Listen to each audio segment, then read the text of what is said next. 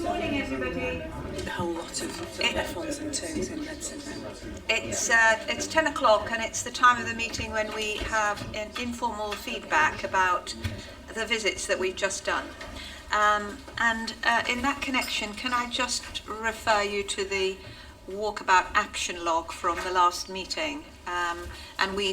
That's just to kind of prove really that these aren't just us talking into the ether or exchanging anecdotes. We do follow them through. So it's not part of the public board pack, but it's just for our own use and record. So without further ado, I'm going to ask Jacqueline and James and Derek. I don't know who's decided who's going to do the feedback. Derek's going to do the feedback. This may end up being a little unusual because a lot of us went to ED. So it may be that Derek ends up saying more and we just say, and as Derek said, but we'll see how it goes. Derek.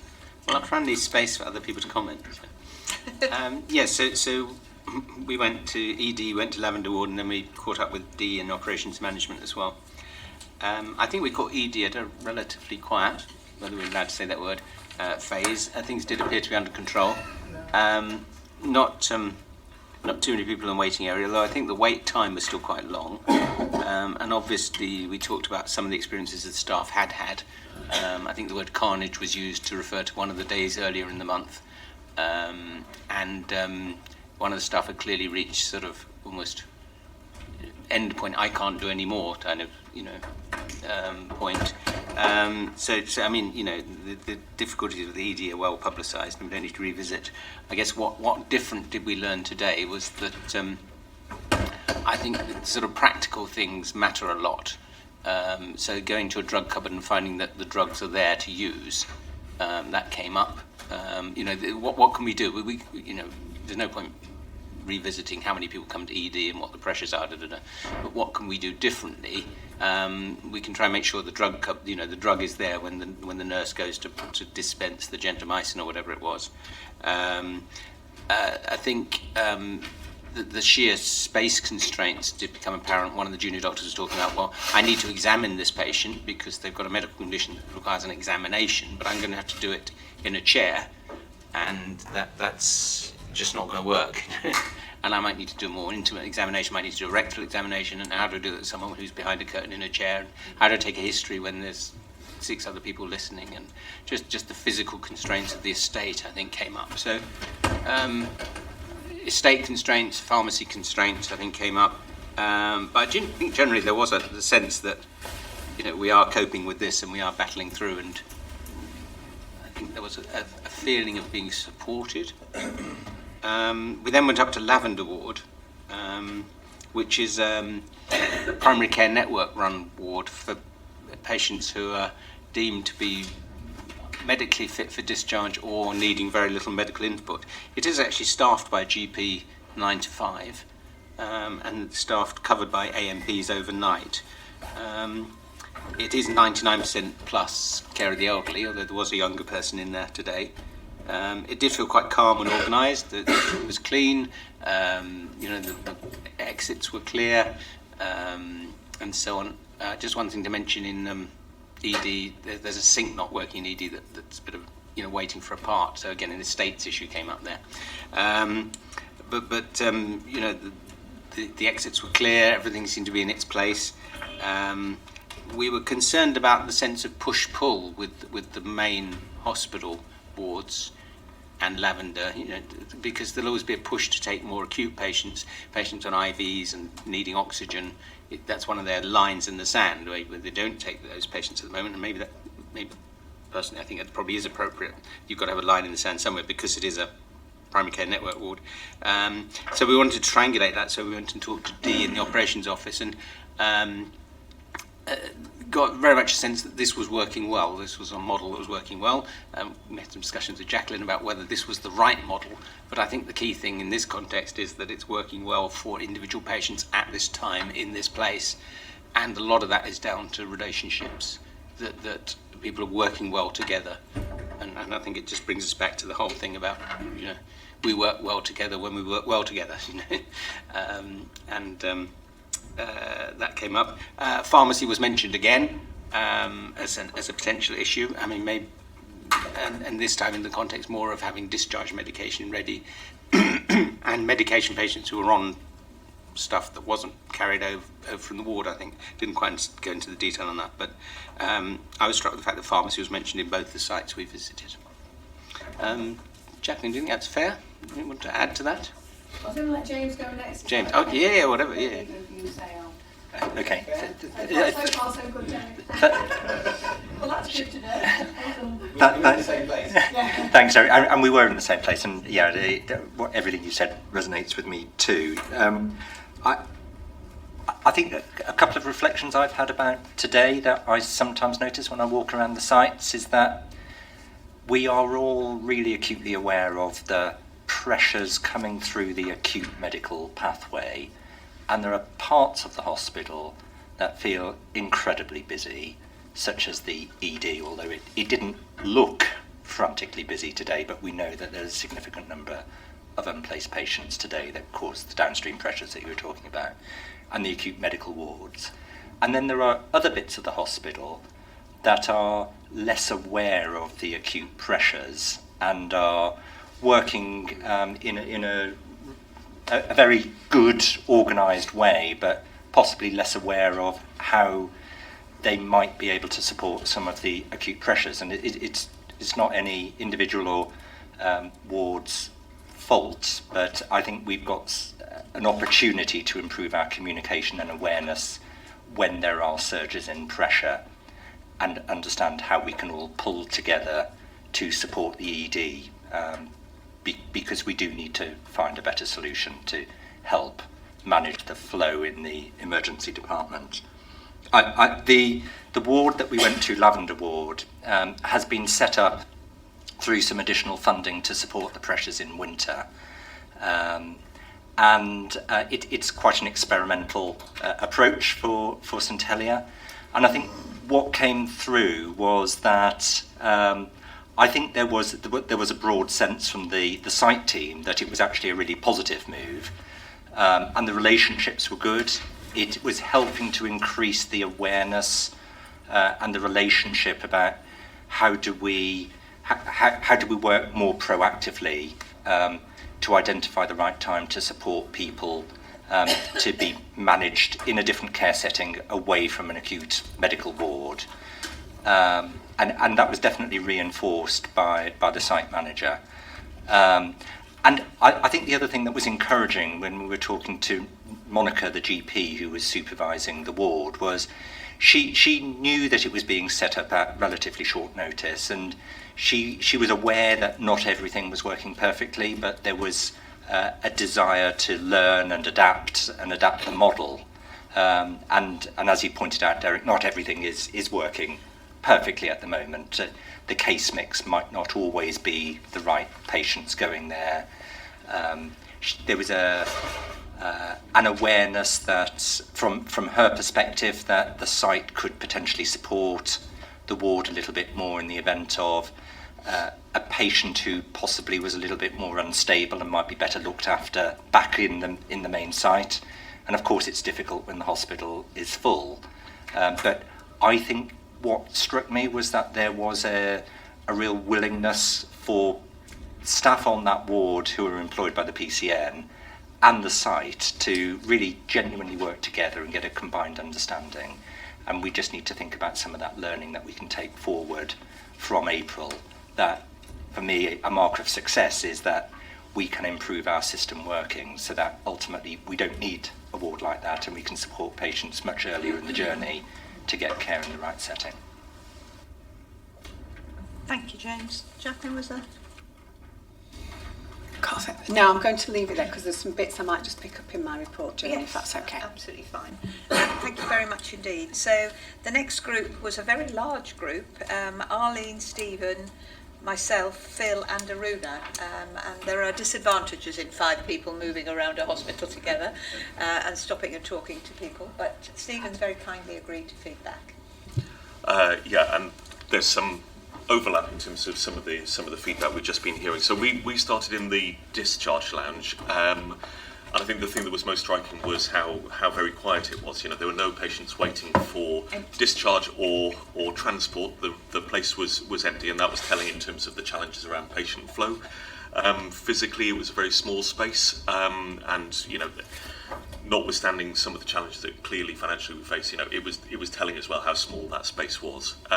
We moved on to paediatric ED, and there's a bit of a common theme there. So today, this morning, was very, very quiet. There were 2 patients waiting to be seen. Waits were very short, around half an hour. People have been triaged already. It was very calm and quiet, but we did hear about the sheer level of pressure the Peds ED had been under in recent weeks, and how patients have been on trolleys in corridors, etc. So I think, you know, abnormally quiet this morning, but what came through very clearly was the excellent teamwork that existed there, the positive relationships between staff, and the very strong friends and family feedback that had been passed to the team. After that, we moved to the main ED, and bit as Derek was saying, we heard staff saying just how challenging, how difficult it had been over the past few weeks, just the sheer pressure. We heard that staff were anxious about not being able to deliver the standard of care they would want to be able to deliver, and the anxiety that went with that. We heard about how, because of that level of pressure, to some degree, the ED was needing to act in the manner of a ward, and in terms of some of the breakfasts being provided to patients, etc. But again, the common theme, again, like with the paediatric ED, was the very strong positive team working, the good relationships that existed there, which had sustained them through that challenging time. Aruna may want to comment more on this, but Aruna asked about the patient falls, and we were talked through the risk assessments that were undertaken there in ED. And then after that, we went to AMU and the coronary care unit. In terms of CCU, we talked to an SHO and an FY1 about their experiences. And the SHO in particular was talking about what a positive place this trust was for international medical graduates to come, due to the level of support that was provided to them. And in fact, he'd gone to a trust elsewhere in the country, but had actively sought to return, and had multiple offers that actively wanted to come back here, precisely because of that supportive environment. And then in terms of the three or four things that were fed back in terms of challenges and issues for improvement, perhaps not surprisingly, highlighted the issue of transfers for cardiology patients to other centres, including St George's, and how hard it was to come by HDU beds. And I think that's something that we're aware of in more general terms, but that came through quite stark. And for those at the St George's board yesterday, I think we saw the opposite end of that spectrum. The physical environment was highlighted as something that needed to improve. Also highlighted the fact that for patients who were there for some time, there was a lack of, for want of a better word, entertainment for them. There was a question mark about whether actually there were no TVs for patients, for example, and there's a question raised about whether or not the charity may be able to support patients in having televisions there. And then one other quick thing was there was an issue raised around bank rates for medical staff, and we think that will be raised sort of in the coming weeks. Yeah, there was advance warning from the delightful SHO that we like to start getting emails about it. They think it's right that we did something for nurses, and they recognise that was a good thing to do, but what about doctors, kind of thing. And I said I completely understood and reminded them that we had a deficit, so we were constantly balancing difficult, and I mean, it was a very grown-up conversation and very polite. So it was the kind of conversation where you could talk like that about the fact that, yes, there were all these pressures, but at the same time we didn't have enough money, and there was no resentment on their part about that. So there's a lot of people who might want to add to this. So, Arlene, was there anything you wanted to add? Yeah, thanks, Gillian. I suppose the only thing for me to add is so I was a little bit disappointed about the environment in AMU, and we picked that up with nursing. What was interesting was that the environmental cleanliness was being audited, but the members of staff that were auditing weren't bare below the elbows. They had watches on, and they were going around, running their fingers around walls to see if they were clean. So I picked that up, but I think we do need to pick that up with estates, and if they're going towards to audit, they need to comply with the ward environment requirements. There is one issue from CCU in that we need to address urgently the issue of a clinical room. There is space there, and I know we have acknowledged that there is very little money available, but we need to have a clinical room where emergency drugs are available for CCU patients. And currently they're using the drugs from AMU, and that clinical room is far away. And the space is there, and it won't take lots of money, I don't think, to get it up to speed for clinical space where we can store clinical stuff and deliver drugs from safely. So that would be one of the urgent things I would think that we need to sort out. But apart from that, everything Stephen said, and Richard visited after us as well, so might need to. Do you want to add to it, Richard, and then I'll ask Richard, and then Phil. Richard. Yeah, I did a one-man rather quick visit to AMU, and I think the infection prevention and control message had got through, so people were talking about that by the time I got there. It was interesting. So I talked to a couple of patients, and the patients were very clear that they'd been well looked after, and they said they'd been everything had been explained to them, they understood what was happening.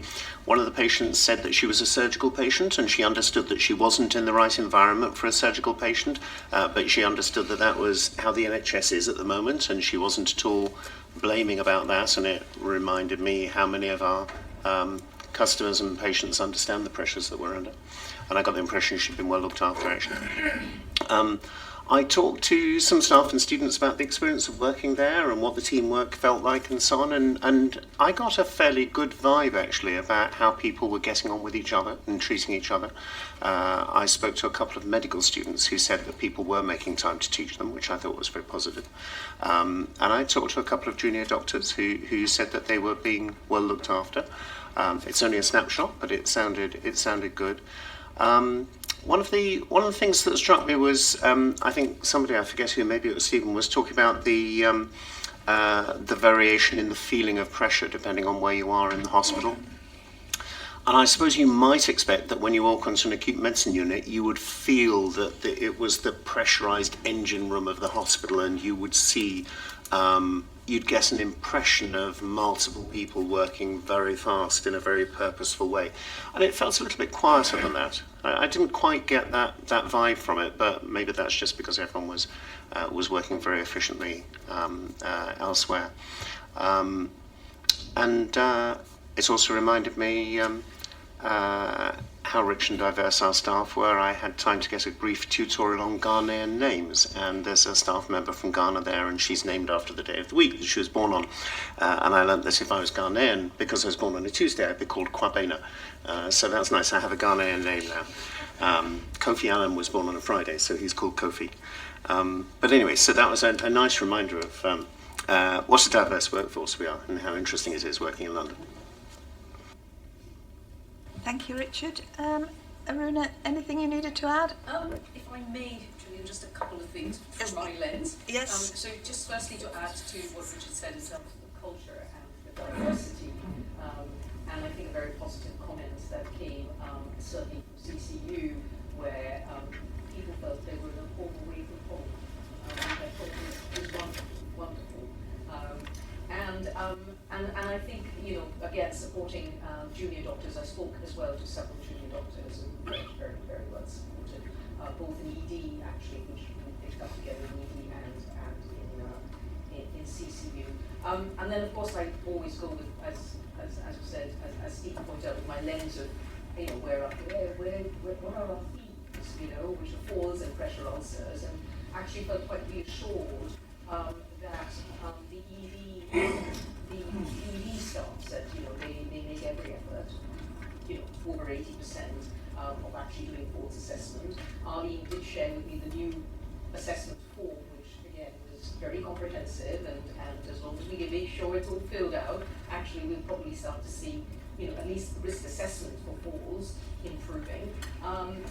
There are also these wonderful badges now, armbands and badges that sit on top of patients' beds in terms of their falls risk, which is again really really good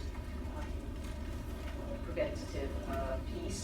And the other thing that I found quite reassuring on the pressure ulcers front was we now have pressure mattresses because they are patients who could be there for as long as 22 hours. So, knowing that, that was very helpful to hear that. So yeah, that's all I wanted to know.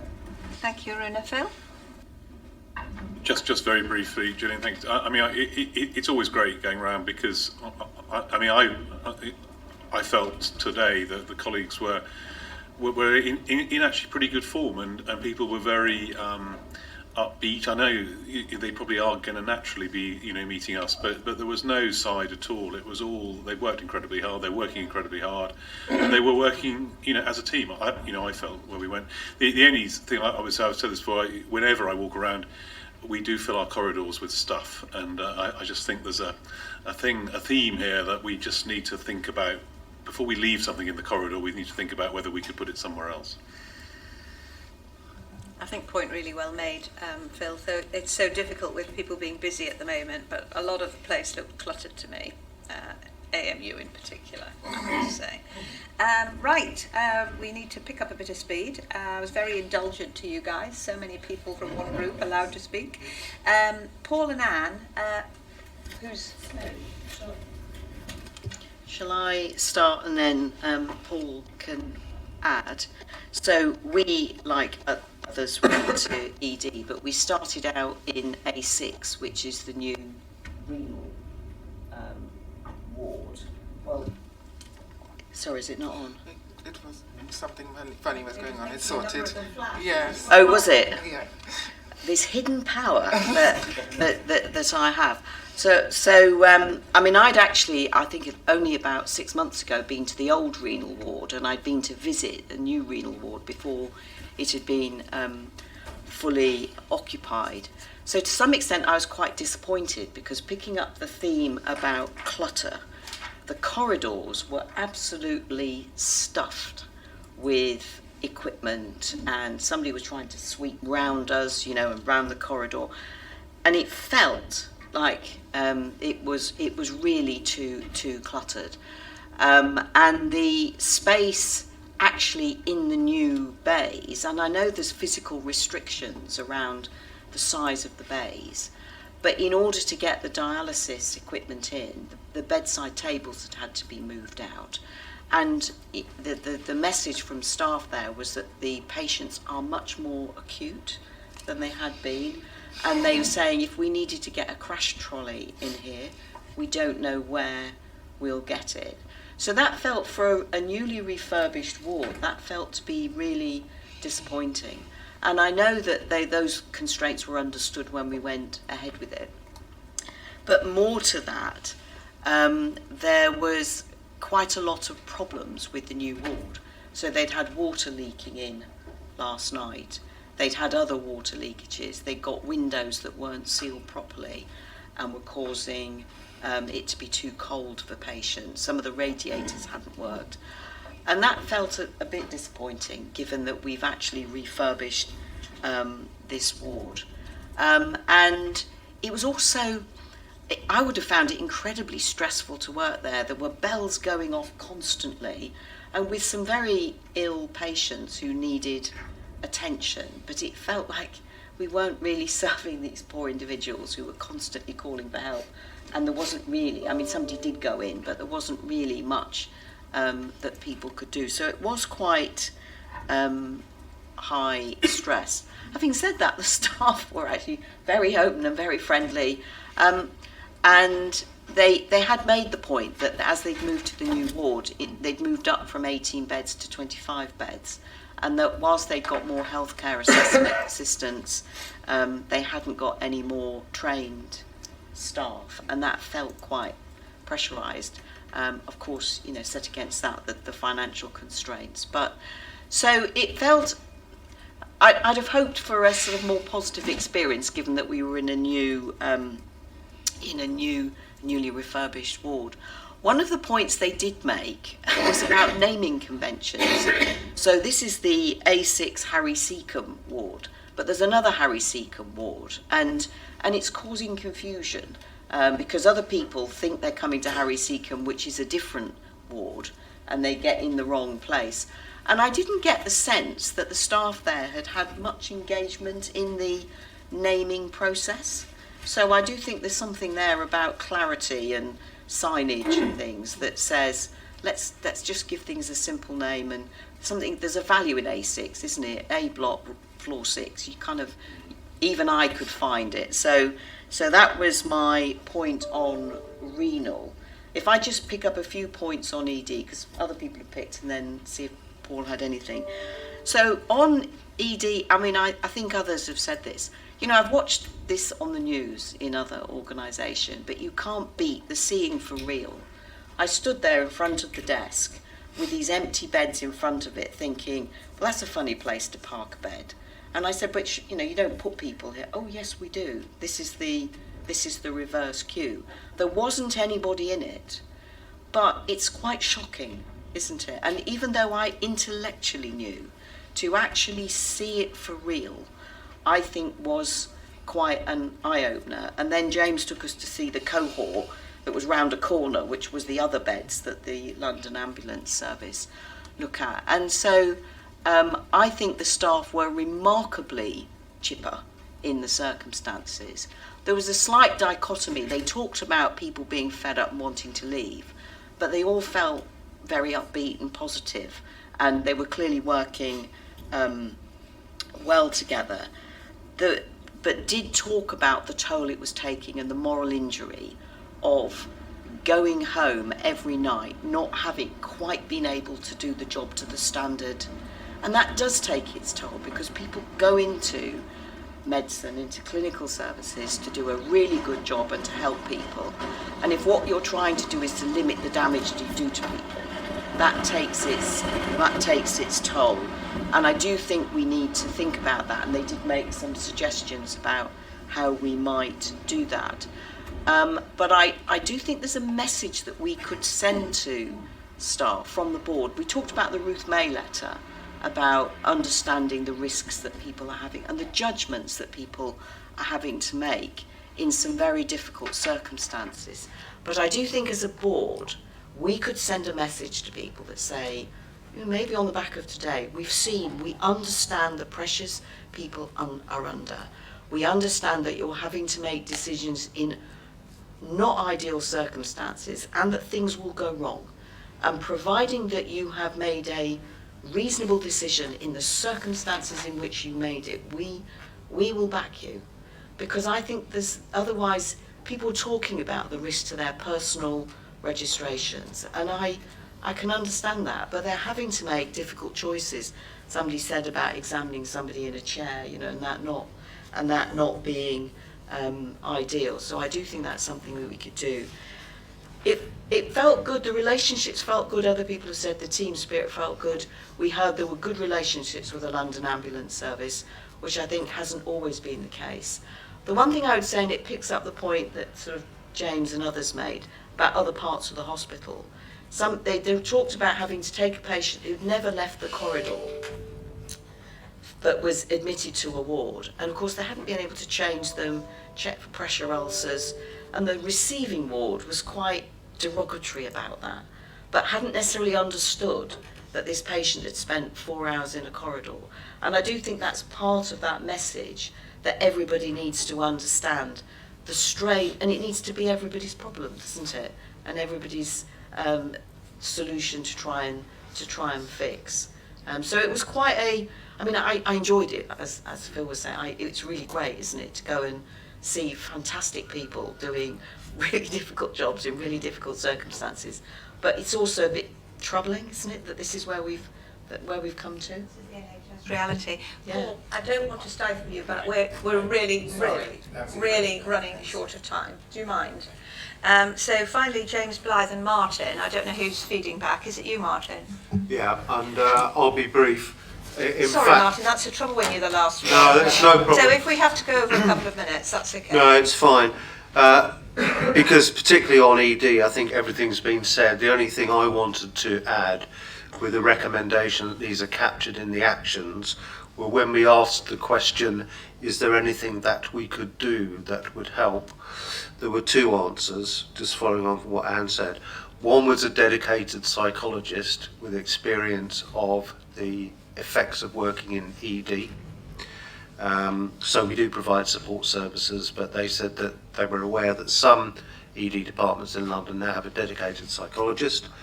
Others will know what this means better than me, but the other one was that some ED departments in other hospitals have now got a nurse advocate role, which follows on directly from this issue about them being worried about their registration. And I'll just leave it at that. So we went to nuclear medicine. It was an extraordinarily positive story. The staff were very happy, was what we were told. They don't have any retention problems, and therefore they haven't had any recruitment problems. They're extremely pleased because we've just made a major capital investment. It was 1.2 million in new machinery, which will replace the existing 15-year-old one. And that also means that not only is it better quality from a patient point of view, because obviously the technology has improved in that period of time, but it has a direct input on productivity, because you literally can see more patients per hour. And so obviously if you follow that through, that will have an effect in terms of waiting times, outpatient waiting times, or at least it not increasing anymore. It's interesting as well to see the kind of issues we've got around capital spend. That part of the system issue is that James was explaining to them that, of course, although this is a piece of equipment which impacts patients very directly, it competes with all sorts of other capital around the building and the infrastructure, etc. But as I say, very positive. It was very impressive, and it was good to hear the odd bit of good news. So, don't know if anybody wants to add anything. Thank you very much indeed, Martin. So James and Lizzie, so I'm so sorry, Lizzie, you were there as well, but happily no. Now, some of us did visits before Christmas, and I know Peter would like to report back on his, but we're out of time, Peter. Yeah. So if you don't mind, we will go into the formal board meeting. Otherwise, we're starting late and it's a public meeting. So welcome everybody. We've got a number of apologies from Chris Elliott, who's in some sunny place somewhere, I'm not quite sure where. Andrew, who sadly is at a funeral. Thurza, who's having urgent tooth treatment. And so Andrew is represented by Lizzie and Thurza by Simon, and a big welcome back to Simon and welcome to Lizzie, because this is her first board. So we're delighted that you'll both be able to join us. Any declarations of interest over and above those that which we are familiar? No? Okay. Can we agree the minutes of the previous trust board meeting? Thank you, Anne. Thank you, Peter. And that takes us to the action log. So there's quite a lot on this action log, and just need to make sure we're all in the same place about it. Now, Simon, I don't know whether you're able to help on this wretched business about the note about the cars. Probably not. You know this service that was introduced with London Ambulance Service with the car? We were expecting a note about it and it's never come out, but you obviously haven't been briefed, so I think we'll just have to let that go. Can I just add something to that, Gillian? Because one of the things that I requested that we got from LAS is some proper data rather than a quick email from the chief exec there with, we had this many cars out and we saved this. It was sort of quite high level. Anecdote. Yeah. So he said part of the problem was that we weren't all giving LAS the data from our own organisation, so we all agreed to sign something that said we could, and since that we've never seen any information whatsoever. So I've asked Sarah for the ICS, who are part funding this, to actually ask what is the impact of this, because we need to understand if we're still funding it, which I think we are we? That actually we're seeing the data and we actually know that it's making a difference. Well, that would be indeed most helpful. I would simply make the point that the board still don't really know what the service is. And we've been waiting since September or October or whenever, quite a long time. And if the action log's to mean anything, it's got to be actioned. So I'm really sorry, Simon, but would you mind just ensuring that there is a note circulated, just describing what the service is? Because actually we don't know anything about it. And that's a situation that I think is not really desirable. So the next point's going to be picked up in the board work programme. Next item we're going to pick up under item 2.4. And then when we get to the community reporting, it was going to be an update at this meeting, but I suspect that's another casualty of Thurza's tooth, is it? It will be. I can give you an update that I know of, but I'm not sure. Go on then, Simon. That would be helpful, thank you. What was the particular concern? Oh, so it may be that you're not able to help on it, because it was about how we find the most effective way of reporting the community service to the board. I think that's probably too tough a one to expect you to deal with. Sorry. So I think we need to take that back again. Some of these have been hanging. I was only going to say that I have had a meeting with Thurza and others to start to talk about the kind of metrics that would be useful for the Finance Committee to see.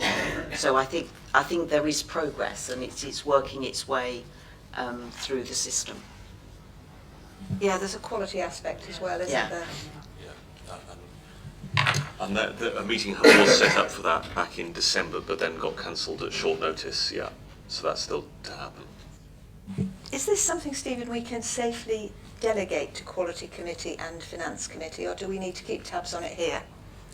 Yeah, I think we can. I think we can. There's a separate action on the action log, which is about what comes to the board itself, and the update says we'll pick that up as part of board planning. But I think in terms of how it comes through the committees, yeah, we should delegate that. Okay, I'd feel happier that because there's clearly stuff happening, but it's not getting through to board yet. And I think the rest of it, unless anyone's got anything they particularly want to flag up, the proposal is that we close it. And then the last one is not yet due. Anyone got any worries about any of that? No? Okay, so if we could note the action log on that basis and then move on to item 1.5 and the Chief Executive's update. Jacqueline. So I will be brief, Chairman. And I think the only thing I want to say, because we've sort of rehearsed quite a bit of the emergency care issues, and it has been, and I know most of the exec have been in at some point in all of the EDs, when those trolleys that you saw that were empty were full, and it really was like a battle zone.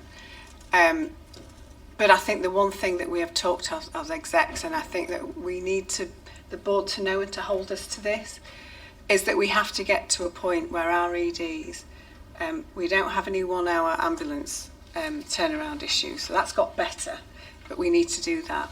That we don't have any patients waiting for beds in the department in the morning, and that we don't have any patients over 12 hours, because we're having what we used to have in a year a day at the moment. And I know those are no different to any other emergency care department, but we have to do something different to enable that. And I think one of the things that I did pick up, and I've left to here, is that we are not doing continuous flow in a continuous way. So it happens on odd days. But actually, in order to get to that place of having an ED in the morning, which is where it used to be 2 years ago or better, we're going to have to consistently do that. And I know it's difficult, but that's the challenge that I have set St George's, and that's the challenge I have set Epsom and St Helier. So that was all I was going. The rest is in there. I'm happy to respond to anything else, but that was all I was going to say, Gillian. Many thanks, Jacqueline. I'm sure there will be questions. Peter. Thank you. Thanks, Jacqueline, again for very helpful report.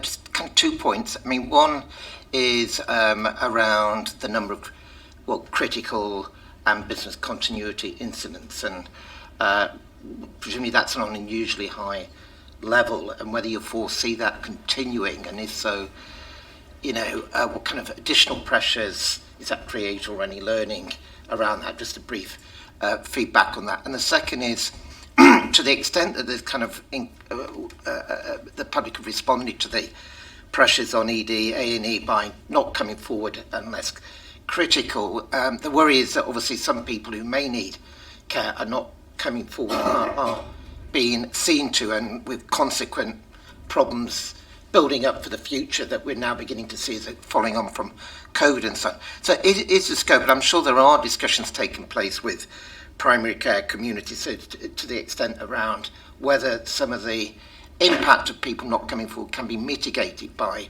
looking at alternative routes for people to go to if they genuinely feel that they're not well, but am I not well enough to go to A&E? And it just seems to be, I know there's pressures elsewhere, but even it emphasises possibly the need for even closer collaboration to give the best in a very difficult situation.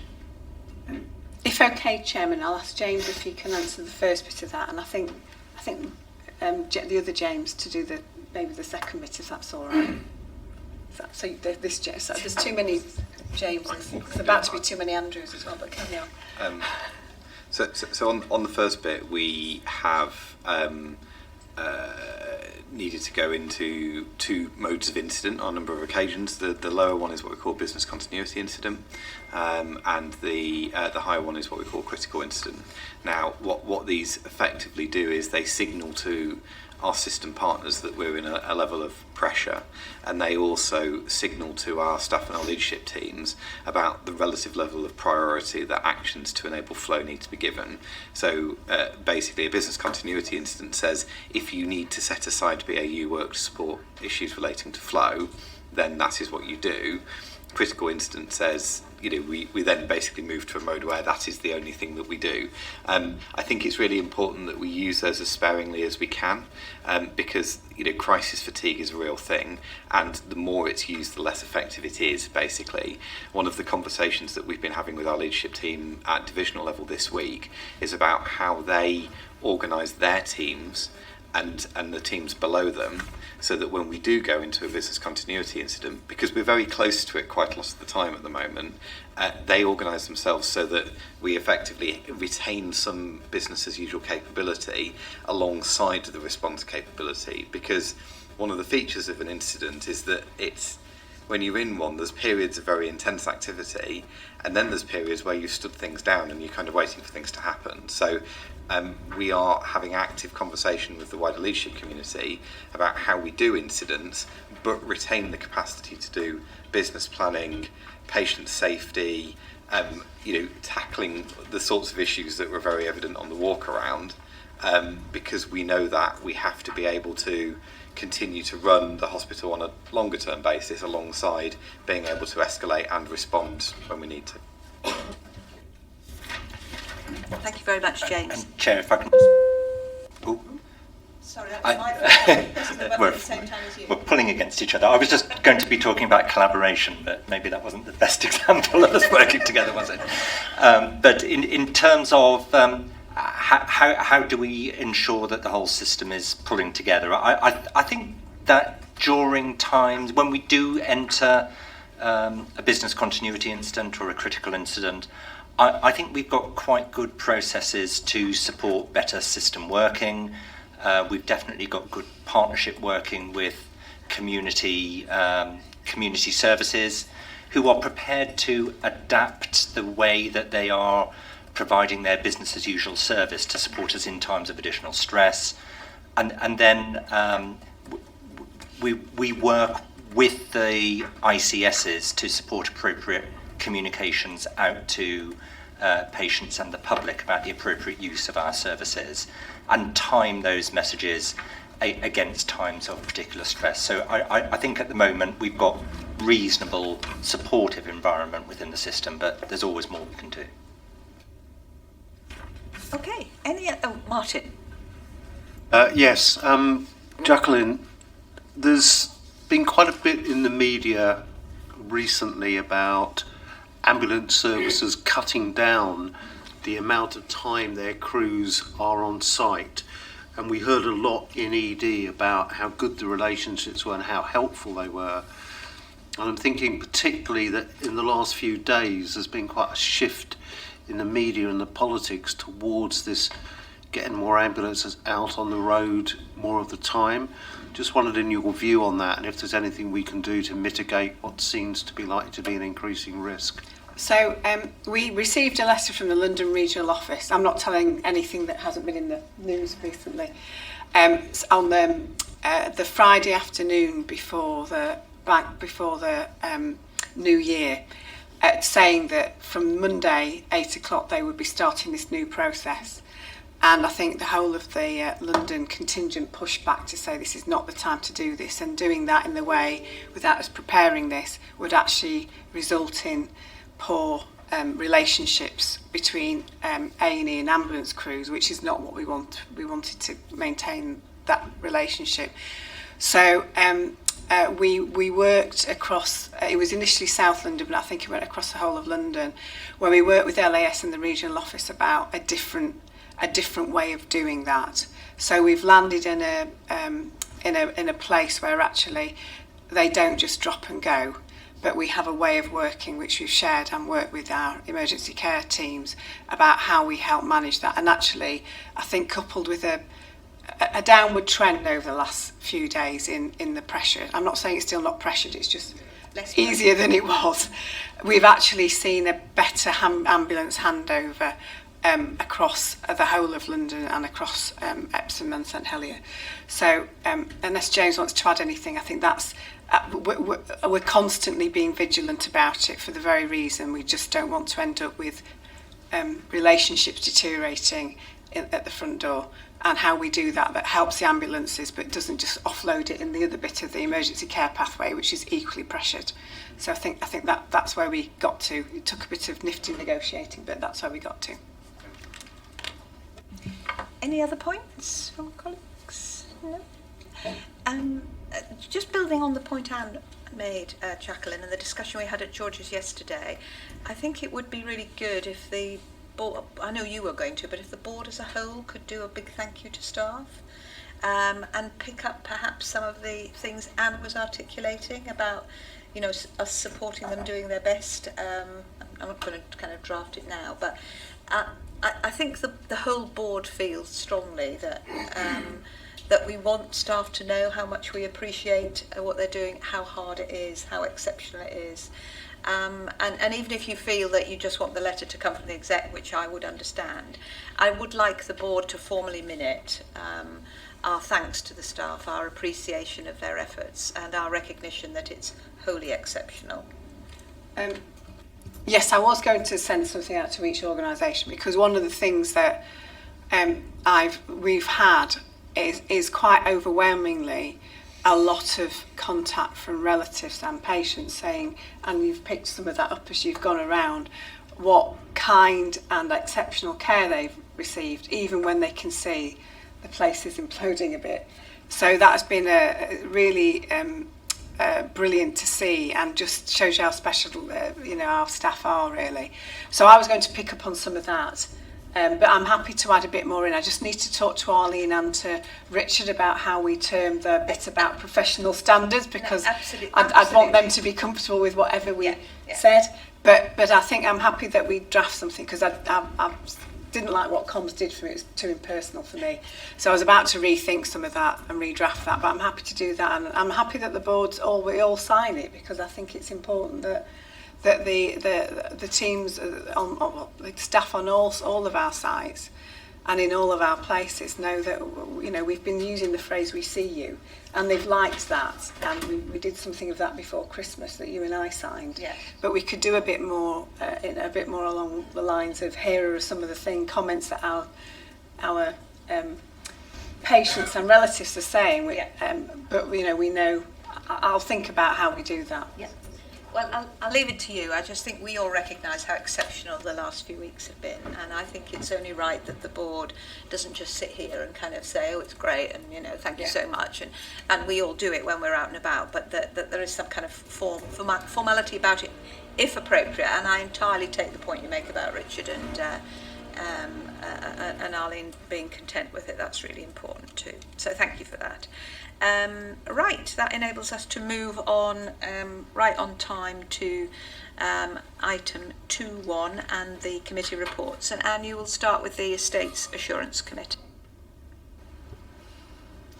Doing it with trepidation in case I set off some sort of chain reaction. So the report covers the meeting of the Estates Assurance Committee that we had in November, which was a good meeting actually. We were able to, I think, take reasonable assurance around the process of lifts, which sounds kind of as if it shouldn't ever be an issue, but I've known organisations that haven't had safety certificates for their lifts, so this is not to be sniffed at. It is actually an important thing to get right, and we felt after the meeting that we were, on the basis of the various reports received, we did feel that we were assured that there were good process in place to manage the lifts. That's not to say that there weren't some particular areas of the organisation where there was a potential for a single lift to fail. And although there were plans in place, at the worst, you could actually, call an ambulance and move people from one building to another and so on. They weren't great. And that's always going to be a difficulty until we get the new hospital, because it's not worth the investment to put in extra lifts. You sometimes can sort of attach them to the outside of a building and make that, but it's not cheap, and that's always going to be a difficulty. Equally, we returned to the issue of fire safety, and again we felt that whilst there were some issues in place, and in particular there was sort of difficulties around compartmentation in things like the server room and the boiler room, we felt that these were being mitigated properly through management and other action. So I wasn't going to go into anything else in relation to those areas. The other things I would say is we are still struggling to get dates for this committee, and we did have a date in the diary for earlier this month, but through various difficulties we weren't able to meet. So we're not now meeting till the end of January. So I think we will struggle to complete this work actually within this financial year. So I think we may just have to accept that the committee will continue for a little bit longer. I'm mindful of the point that Stephen raised last time, that we need to have some clear exit criteria for how we get out of what is a time-limited committee. And we've still got a few areas that are highlighted in the report: medical gases, decontamination and high voltage electricity to come back to. So I think probably we will need to go into the next financial year. The only other point I was going to raise, and I think it's probably best if we come back to it when we get to the Quality Committee report, is that we have previously at the Estates Assurance Committee looked at ventilation, and I felt that we were in a reasonable place. I actually reread the minutes because I thought, were we told things that weren't quite the case? They were less clear actually when I reread them. But in the light of some of the comments at the Quality Committee around issues still with ventilation, I do think as an Estates Assurance Committee, we probably need to go back and revisit that. But I think probably that discussion might fit better under the Quality Committee discussion. Thank you, Anna. I certainly think we need to bottom that out at because the Quality Committee report, and I know Aruna shares this view as well, is it's not as clear as I think many of us would like it to be. So we'll pick that up there.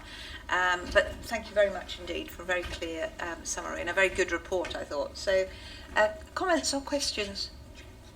Jane, you wanted to come in, did you? I saw Richard first, but I suspect you were first because Stephen was trying to tell me that when I saw Richard. So James and then Richard. Sorry, Richard.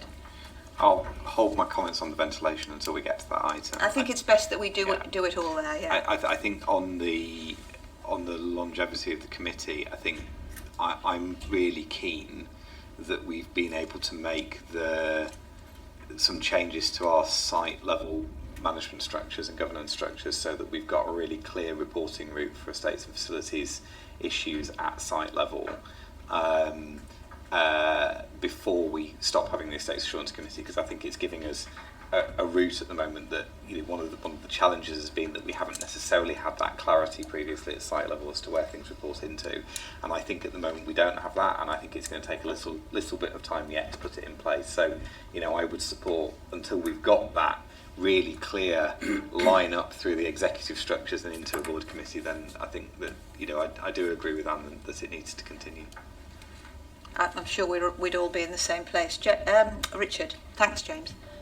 1 point on ventilation and 1 on fire safety, and from a ventilation point of view, I think it's important to recognise that one of the key things that made the whole NHS infrastructure unfit to safely manage a pandemic was the challenges we have around ventilating current NHS estate. And if patients go to a toilet that doesn't have a window when another patient's been in there who has COVID or influenza, there is a risk of transmission. And there was hospital transmission on a huge scale across the country and in this trust and in St George's. So I think we should recognise it isn't just an ordinary estates issue, it's fundamental to patient safety, and it doesn't have easy solutions. Some of the solutions are long-term about rebuilding infrastructure, but some are short-term and medium-term about other mitigations we can put in place. So that was 1 point. The other thing was about fire safety. When we're under huge pressure and patients are not in the right spaces at the right time, and when we get cluttered, then fire safety must go up in the scale of risks. And I think just as it comes to us naturally when we walk about to ask infections about prevention and control of infection, we should be asking questions about fire safety.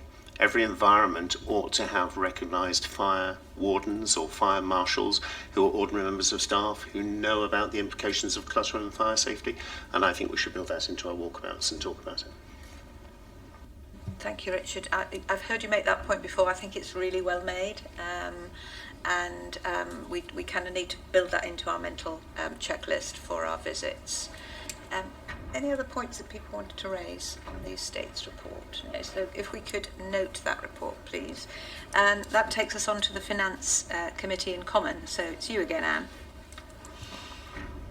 Thank you. And I did wonder whether to raise this under declarations of interest. I don't think it's a conflict, but I probably ought to just put on record that I have been asked to chair the South West London Recovery and Sustainability Board. I actually think that's helpful rather than a conflict, but I think it should at least be noted, and we have held the first meeting of that, with another one coming up shortly. You will have the report, which I won't go through in detail. I think the kind of answer, and no doubt we'll come to this with Liz's report later, is in terms of money, we're kind of where we expect it to be, which is in a deficit through a mixture of ERF, Elective Recovery Fund, clawbacks, and under delivery on SIPs. That's under delivery on SIPs that were never identified as SIPs. It's not people failing to do what they said they'd do. It was there was a balancing item in the plan that was about unidentified SIPs, which not surprisingly haven't been delivered. So I think it's good news that we're where we thought we'd be. Not great news where we are, but it's probably not a surprise to anybody that's where we are. I think we're pretty much on plan around capital, and we're in a good place on cash. Cash, as Lizzie would testify, becomes really important when you're in deficit, and it depends on how you deliver your cost improvement plans as to whether or not you can manage the cash, because if they're not cash releasing, then that becomes an issue. But I think we'd be in a very big cohort of other NHS trusts if that were to be the case. People will know that because obviously at this point we're sort of thinking also about next year, The planning guidance, I think, came out at 6 p.m. on the day before Christmas Eve, the last working day, which is the usual Christmas present from NHSE, which obviously we will work through and see what the implications are of that for us for next year. I think we still haven't got the detailed guidance, and I don't think it's breaking any secrets to say that next year is going to be very challenging in terms of money. In terms of operational performance, we will come back to that later. But I think we have a reasonable discussion. It's always, with the committee in common, there's quite a lot to get through, but I think we are managing to give a reasonable discussion on performance.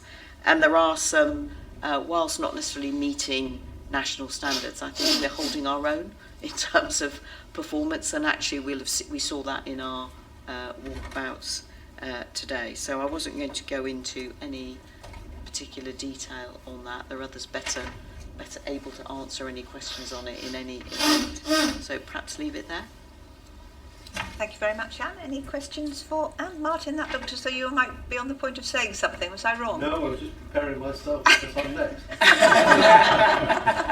Well, I was right as much as you were getting ready to say.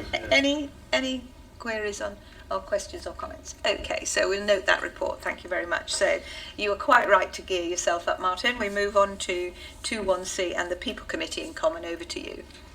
Okay, so on people, I'd say the overview is the turnover is still high, so the rate of people leaving, which obviously puts pressure on the organisation simply to replace that number of people each year, and in particular that puts a pressure on HR. We haven't faced problems with strikes. What happened at Epsom and St Helier was that the RCN ballot didn't meet the technical criteria in terms of the threshold which has to be reached by law, although obviously there were a majority of those who did vote were very much in favour of it. Going back to the turnover, one area in particular we've been focusing on is estates, and colleagues will recall that we tupered in a large number of people from Mighty. We found that actually the rate of leaving in that area is around 25%, which obviously produces a significant cost and impact on the whole infrastructure and everyone else to fill those roles. We don't yet have much data as to why, although it'd be reasonable to assume that given shortages in the rest of the economy and these being on the low paid side and easily able to get jobs in other sectors, that probably is a factor. But the other concern that we've got around that is that people on low pay, clearly one way that they can avoid cost of living pressures or reduce them is to work longer hours, and we have raised that to make sure that from a safety point of view we are managing that very carefully. That said, a lot of focus on well-being, still a huge amount of initiatives around well-being and supporting staff through these difficult times. But on the other hand, it has to be said that on the appraisals and staff training, at least the mandatory staff training, they've never recovered from COVID, so the completion rates of those are still low, which is obviously a concern. Those are the highlights. Happy to take any questions. Thank you very much indeed. Dave Martin, very clear and concise. So, Peter. Thank you, Martin, for that. And just picking up one of the points which you didn't mention but is referenced in the report around diversity and inclusion, and apologies to those of you who heard me make this point yesterday at George's, but just to bring out the importance of that, and we all recognise it, but it is an area which is coming in for some scrutiny, indeed some criticism from some in government, and it seems to be even more important now that we're able to communicate why this is not a nice to have, and it's an essential part of both the service we're able to offer both in terms of staff in terms, but what we can provide to the communities. And even more important, therefore, we're able to communicate that in a way which can engage both staff and those communities and recognise its central importance. I just wondered whether you thought there's more we can do in that respect. Thank you. Okay, I think the key thing on the staff side of that is that the NHS has gone further than any other sector, and clearly we're a part of this, in the measurement and the reporting that's done through the RES and the DES, which is essentially race and disability, both in terms of measurement and the public disclosure. So there's no doubt that we look at this very carefully. There is a huge amount of activity, both in the sense of improving it, but I think culturally as well, in terms of celebrating difference, which is what's at the heart of it. Strictly speaking, the People Committee isn't involved in the community aspect that you spoke of. So I defer to others who may be able to say more on that, and indeed James might want to add to what I've just said. Thank you, Martin. Well, as Anne, Jacqueline and James have indicated, Okay, so I think fine. we'll probably get coverage of all of this, and then Derek as well. So what I might do, in fact, is take a couple and then let Martin comment, and then another couple. So Anne first, then Jacqueline. Thank you. So I had a question about the nursing establishment conversation that you'd had at the People Committee. And I kind of hesitate to say this because everybody we spoke to this morning said they needed more staff. But the conversation at People Committee says that the nurse to patient ratio was 1:8, and that there'd been 4.3 million of investment in nursing over the last few years. And I'm mindful of the very difficult finance position we're going to be in, where we are going to have to relook at previous investment decisions. And I wondered whether you'd had any conversation about how that compared with other similar hospitals, and whether we were tight but better off than other organisations, or whether, you know, where we were on that scale, because we will have to look at some of these really difficult things in the future. Thank you, Anne. We'll hold that. You're quite right, of course, in terms of the cost pressures associated with it. Jacqueline. So, like Peter, I'm just repeating some of what I said yesterday, but I think it's important that both boards hear some of this. That one of the things we need to really think about, and I know James will pull this when we talk about the strategy, the next board development, is how we really use digital in a different way, because we're just not going to be able to find the workforce, and yet there's quite a lot of digital stuff out there that we're not utilising, and the NHS is renownedly not great, and there are some organisations that are really good and there are some organisations that are really bad, and I think we're probably somewhere at the bottom of the heap. I wouldn't. Well, Andrew's not here, so I wouldn't.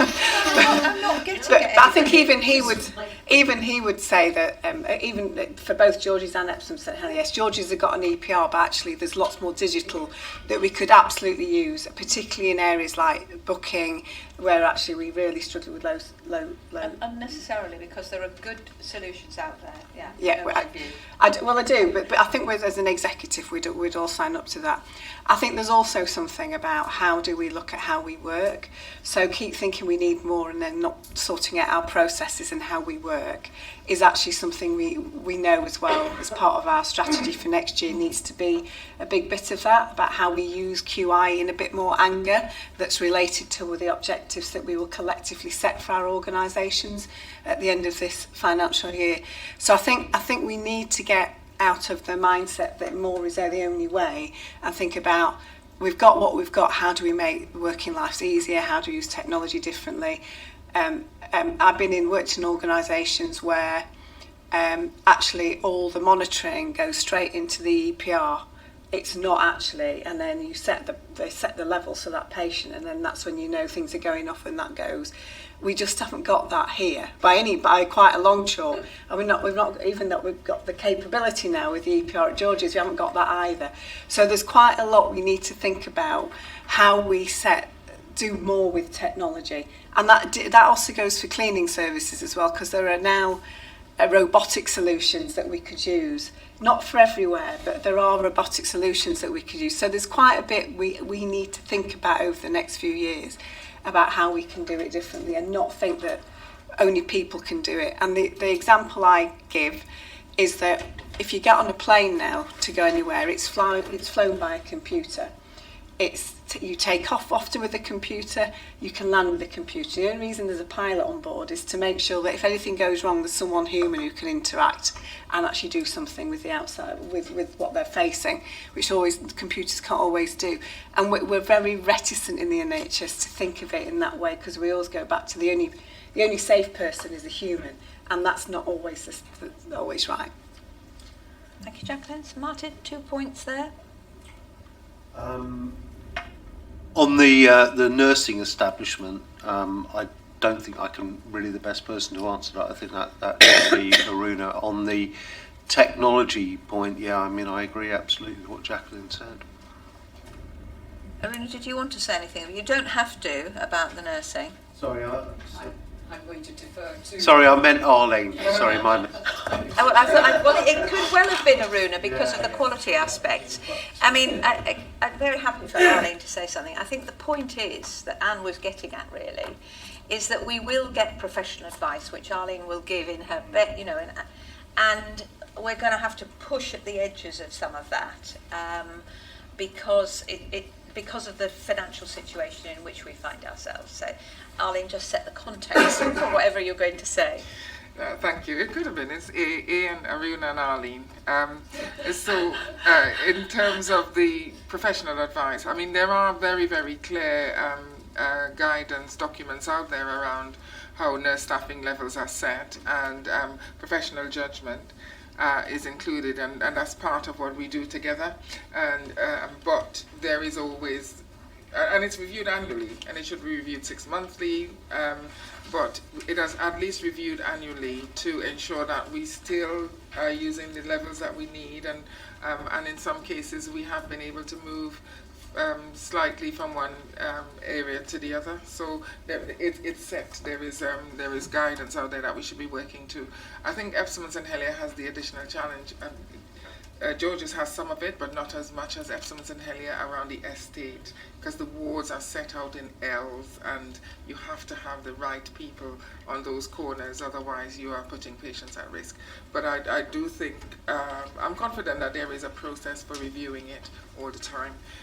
And in terms of the technology bit, Epsom and St Helier are fortunate because they have some technology called CareFlow, where OBS are done electronically, and they use the whiteboards where some of it can be flagged up. I think there's more work to be done, and I know Anna, the CNIO, is working with the clinical practice team. So there is a lot of that happening already. Did you want to come back, Anne? So part of my question was around benchmarks. I understand yes, that you benchmark. follow process, but there is areas of judgment in that. Yes. And if you looked at us having made some of those judgments compared to other trusts, would we be generous in our judgments or not? Would be my question. So we do some of that, and we might not have done it formally, but the chief nurses in South West London do some of that thing. What are your general wards running on? And it's different for general wards than it is for surgical wards and for ITU, as you imagine. And Epsom and St Helier are prior to the £4 million investment was way out below any of the standards in South West London, and it's about there now in general areas. George's is slightly better, but needs to be. So and we are conscious and doing that all of the time, and we have agreed for somebody from NHSE to come in and review the establishments and how we use it, and safe care for Epsom and St Helier, and that is happening now. So we are doing that all of the time. I think in comparative, thank you, Arlene, in comparative terms there is something about benchmarking, because I think it was at Quality Committee, but we saw that the the levels, the gradings are very different in the two trusts, and I'm drawing no conclusions from that, but it does illustrate that it's quite hard to benchmark, because an easy conclusion from the data I saw would be there's too many matrons in ESTH. Now, I didn't come to that conclusion because I recognised it was quite superficial, but it did strike me just how different the various numbers at the various bands was. So I'm sure we will revisit this through the work on the budget for next year. James, we're still on Martin's report. I'll just remind everybody. First, I think. Did you want? Sorry, Martin. Yeah, just a question really, which is probably for Stephen. This is, to me, is a bit of an odd one, because actually what happens, just in case it's not clear, is that there is, I think, an annual review of the nursing establishment, and the report comes to the People Committee for noting. But it's just that. I mean, the People Committee has never had any role in determining what, or approving what the right level of nursing is, and to my mind it shouldn't have. But I just thought it was worth flagging it up, because it just made me think that I actually don't know where that discussion and those benchmarks and everything like that happens, because it's already been done by the time it comes to the People Committee. I'm not sure in reflection there's even much point in it coming to the People Committee, but historically it does. So. Well, it also goes to finance, and that's the first place I picked it up, and immediately asked Andrew if the money was in the budget. So we could get lost in the entrails of this, but I think it's an interesting point that is worth following up outside the meeting. I'd have thought Quality Committee was best equipped to test the judgments. Did you want to say something? Yes, I did actually. I did want to say a couple of things. So we used to get a heat map which kind of showed where we were in terms of staffing and the ratio of staffing, which we don't now in the larger IQPR, but we definitely did. But one of the points I did want to make is where a really good example of where we do use judgment, actually, and Ali, perhaps you can support me on this one, is, for instance, in maternity, where we have staffed to maintain continuity of care, but actually we don't meet the staffing ratios for birth rate plus. And actually, we have understood that, we understand the risks associated with that, but we have made that judgment call. So there are, I think, areas where we look at kind of, this is what we should be doing, but actually we shouldn't, because, or it's, we make a risk-based assessment in terms of why we don't necessarily adhere to that. So, I mean, that kind of discussion does happen at Quality Committee. Indeed, but it's much easier in relation to maternity, because there are these clear benchmarks, aren't there? Whatever Yes. you might think of them, they are quite clear. But they are, sorry if I may, they are very clear in the other establishments, and I think when Arlene first came to us, actually you did Arlene walk me through why we were the number we were in each division, because there is a formula that was applied, and I think, as Arlene says, I think this is done annually now. Do we actually sit there and look at it in detail? I think we just accept it now, don't we? So I don't think we have the same information available to us at committee level in relation to nursing as we do to maternity. So we talk endlessly actually about some of the maternity ratios. I never hear the same discussion about nursing. So it's a really interesting discussion, but I think I'll ask the executive to take it offline and think about how we can, particularly in the difficult financial situation we're moving into, find a way of testing these to make sure that we get a safe solution but also a cost-effective solution, and that we're clear about which committee does the heavy lifting on it. Is that all right? People happy to leave that? Right, get back to my list now and Martin's report. James. Can you remember what it was you wanted to say? Just about. It was just to go back to Res and WDES. I think that, clearly there has been a huge drive for all NHS organisations. We have made progress, particularly in terms of Res as a trust. One of the things that we've done over the last few months is start having a people management group at ESTH, which is similar to the structure at George's, which is very much a conversation between members of the leadership team and the divisions about people metrics. And I think one of the things that I'm really keen to do over the next few months is start to make sure that equity and inclusion metrics have the same profile within our workforce metrics, as other workforce metrics do and other wider metrics do, because I think that the next stage for us in terms of equality, diversity and inclusion as an organisation, one of the things I think we need to do is drive that conversation further down into the organisation. I sometimes feel a bit uncomfortable that it's a conversation that's held at a leadership level, and then there's the experience of our staff. And reconciling the two is quite difficult sometimes, and I think the trick to it is to make this something else that we actively manage the organisation on, and I think that's what we need a people management group to help us with. Sounds very sensible to me, James. Thank you. Derek, and then last word to Martin. Chair, I'm conscious of time, but I did want to raise the question of nursing industrial action, and I know you referred to it, but I very much value your further thoughts, because whilst recognising that the vote at Epsom St Helier didn't reach the threshold, we do work in a wider system. Our staff are affected by what's going on in the wider world of nursing. And what do you think the implications for us are of ongoing industrial action among nursing staff? Because this is a great source of concern to me. Do you want to have a go, Martin, or do you want me to field it to Arlene? Yeah, just to say more about what you were thinking there, Derek? Well, it just struck me that in the report, it's very easy to say, well, we didn't reach the threshold, so it doesn't affect us. But I think it does affect us, because we work. I mean, some of the people that work on this site or with our patients work for other trusts, so they may be going on strike. So will there be a direct knock-on effect because someone else somewhere else isn't doing their job, or will our ability to care for patients, our morale, etc., be impacted by what's going across the wider system? And there will be strikes going on at George's, I believe. Yeah. So is that? I just felt perhaps. No, I understand it was what easy you mean. to say it doesn't affect us. We didn't reach the threshold. Well, hopefully. Problem. But there is a problem. Okay. Hopefully, I didn't say that. Okay, but because I think there's really two aspects to this. The first bit of it, which is more what the People Committee focuses on, is unfortunately, in a sense, the technical aspects, because over the years, legislation has been deliberately introduced to make it more difficult for people to go on strike. It's as simple as that.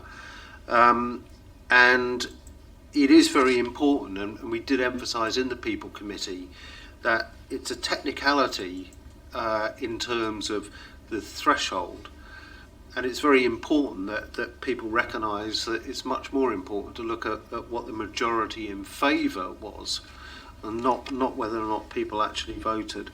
And we were the same as most of the rest of the NHS in that.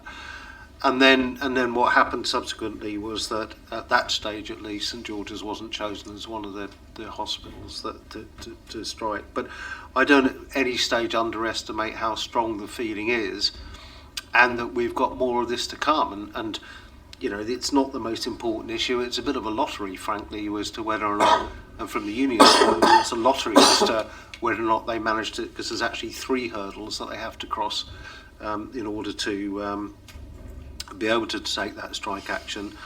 But I think other than that, it is more of a operational than an HR people question, because clearly then it's within that operational remit. Indeed. Right, I think we need to move on. So if we could note the People Committee report and move on to Quality Committee. Aruna. Okay, thank you, Chair. So we have 2 quality committees, and we have a pretty standard agenda where we go through the quality report, serious incidents, maternity, and IPC, and we always do a deep dive. A lot of this, the maternity report, the IPC, and quality are separate agenda items. So I won't go into a lot of detail in any of those, because we'll cover them there. Just really to pick a few salient points. I think, first of all, on the performance report, I would like to share that I did come in for 2 days of the reset week, and I recognise the challenges in terms of discharges, really. And really, I suppose our relationship with Merton in particular, and our ability to really discharge patients, but also on the positive side, I would say that we now have a community supported ward run by a GP on this site, and that is actually really well set up and really well staffed, and I think going forward will give us a lot better. So just wanted to touch on that a little bit. The HSMR, the number isn't shifting, and we've looked at this. Nothing obvious has emerged yet. And we continue to look at themes. We continue to look at the reasons, the underlying reasons as to why this might be the case. And we're now working with Norfolk and Norwich to try and understand what actually underlies this. So more on that when we do actually find out more. And then finally, the point that I wanted to touch on is PPH. Slight uptick noticed in Epsom. It might be a blip, but we're going to watch that space. So nothing to be done right now, just closer monitoring.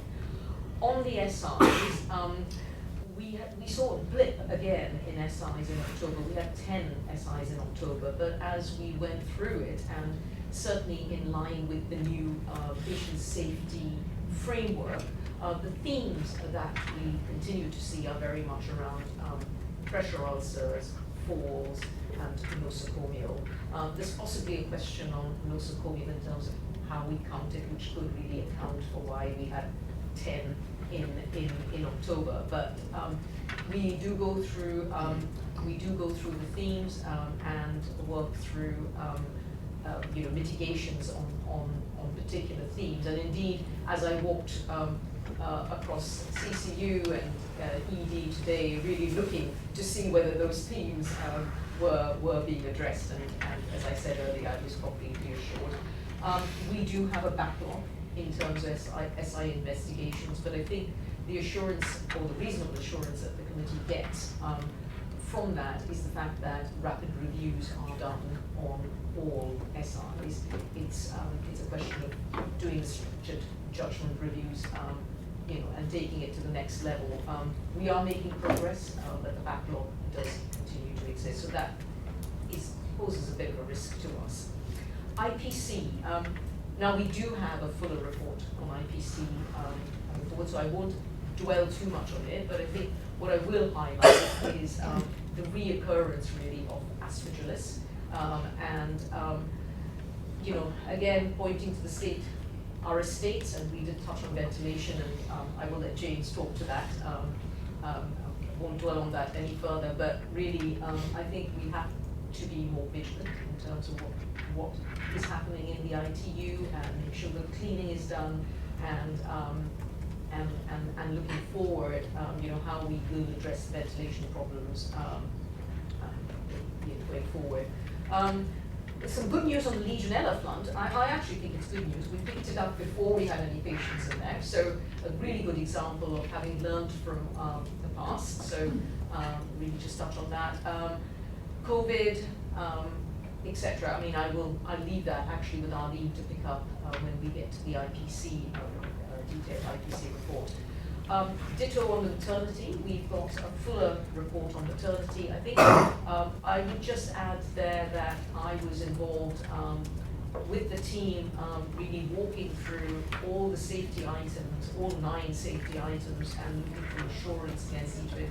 Very thorough exercise. We don't comply with all of them, but I will again leave it to Arlene to pick up on those when we get to the maternity report. We did do a deep dive on resus training, and the reason for this is even though we had a real concerted effort to up our stats, if you like, in terms of the take-up of resus training, we found that we weren't making much progress. So this warranted a deep dive. Number of actions that have come out of that deep dive, to name a few, whether it was data capture, whether it was space to do this training, the resources to do this training, and actually setting up training and people not turning up. And we're just going to get much more vigilant on that sort of stuff, and smarter in the way that we deliver this training, perhaps more online training. But there's a whole action plan, and we'll be following this through. So it was a very worthwhile exercise to really get under the covers in terms of why is it that we're not getting to the levels that we need to get on resource training. And then we, touched on the corporate risk register. Quite frankly, I don't think there's anything there. ED, we've all been there. ITU pressures, we know that. Strikes, etc.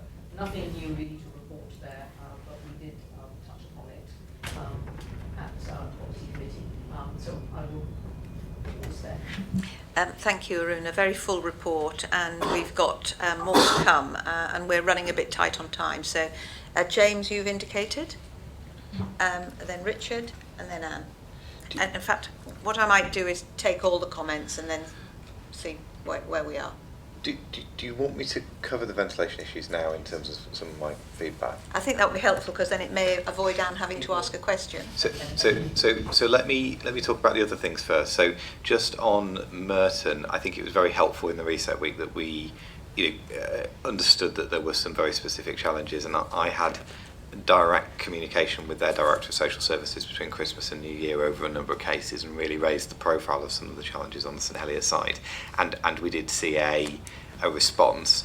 We did also continue to see a little bit of feedback about the data we were holding about what some patients were waiting for, and there is also the classic issue that you can be GP registered in one area and resident in another, and so there are some patients who sit on that boundary. So I think that that has improved, and I think we are getting a better interface there. I think it does need continual attention because they are sort of one step removed, and we profit from our relationship with Sutton and Surrey because they're our direct partners.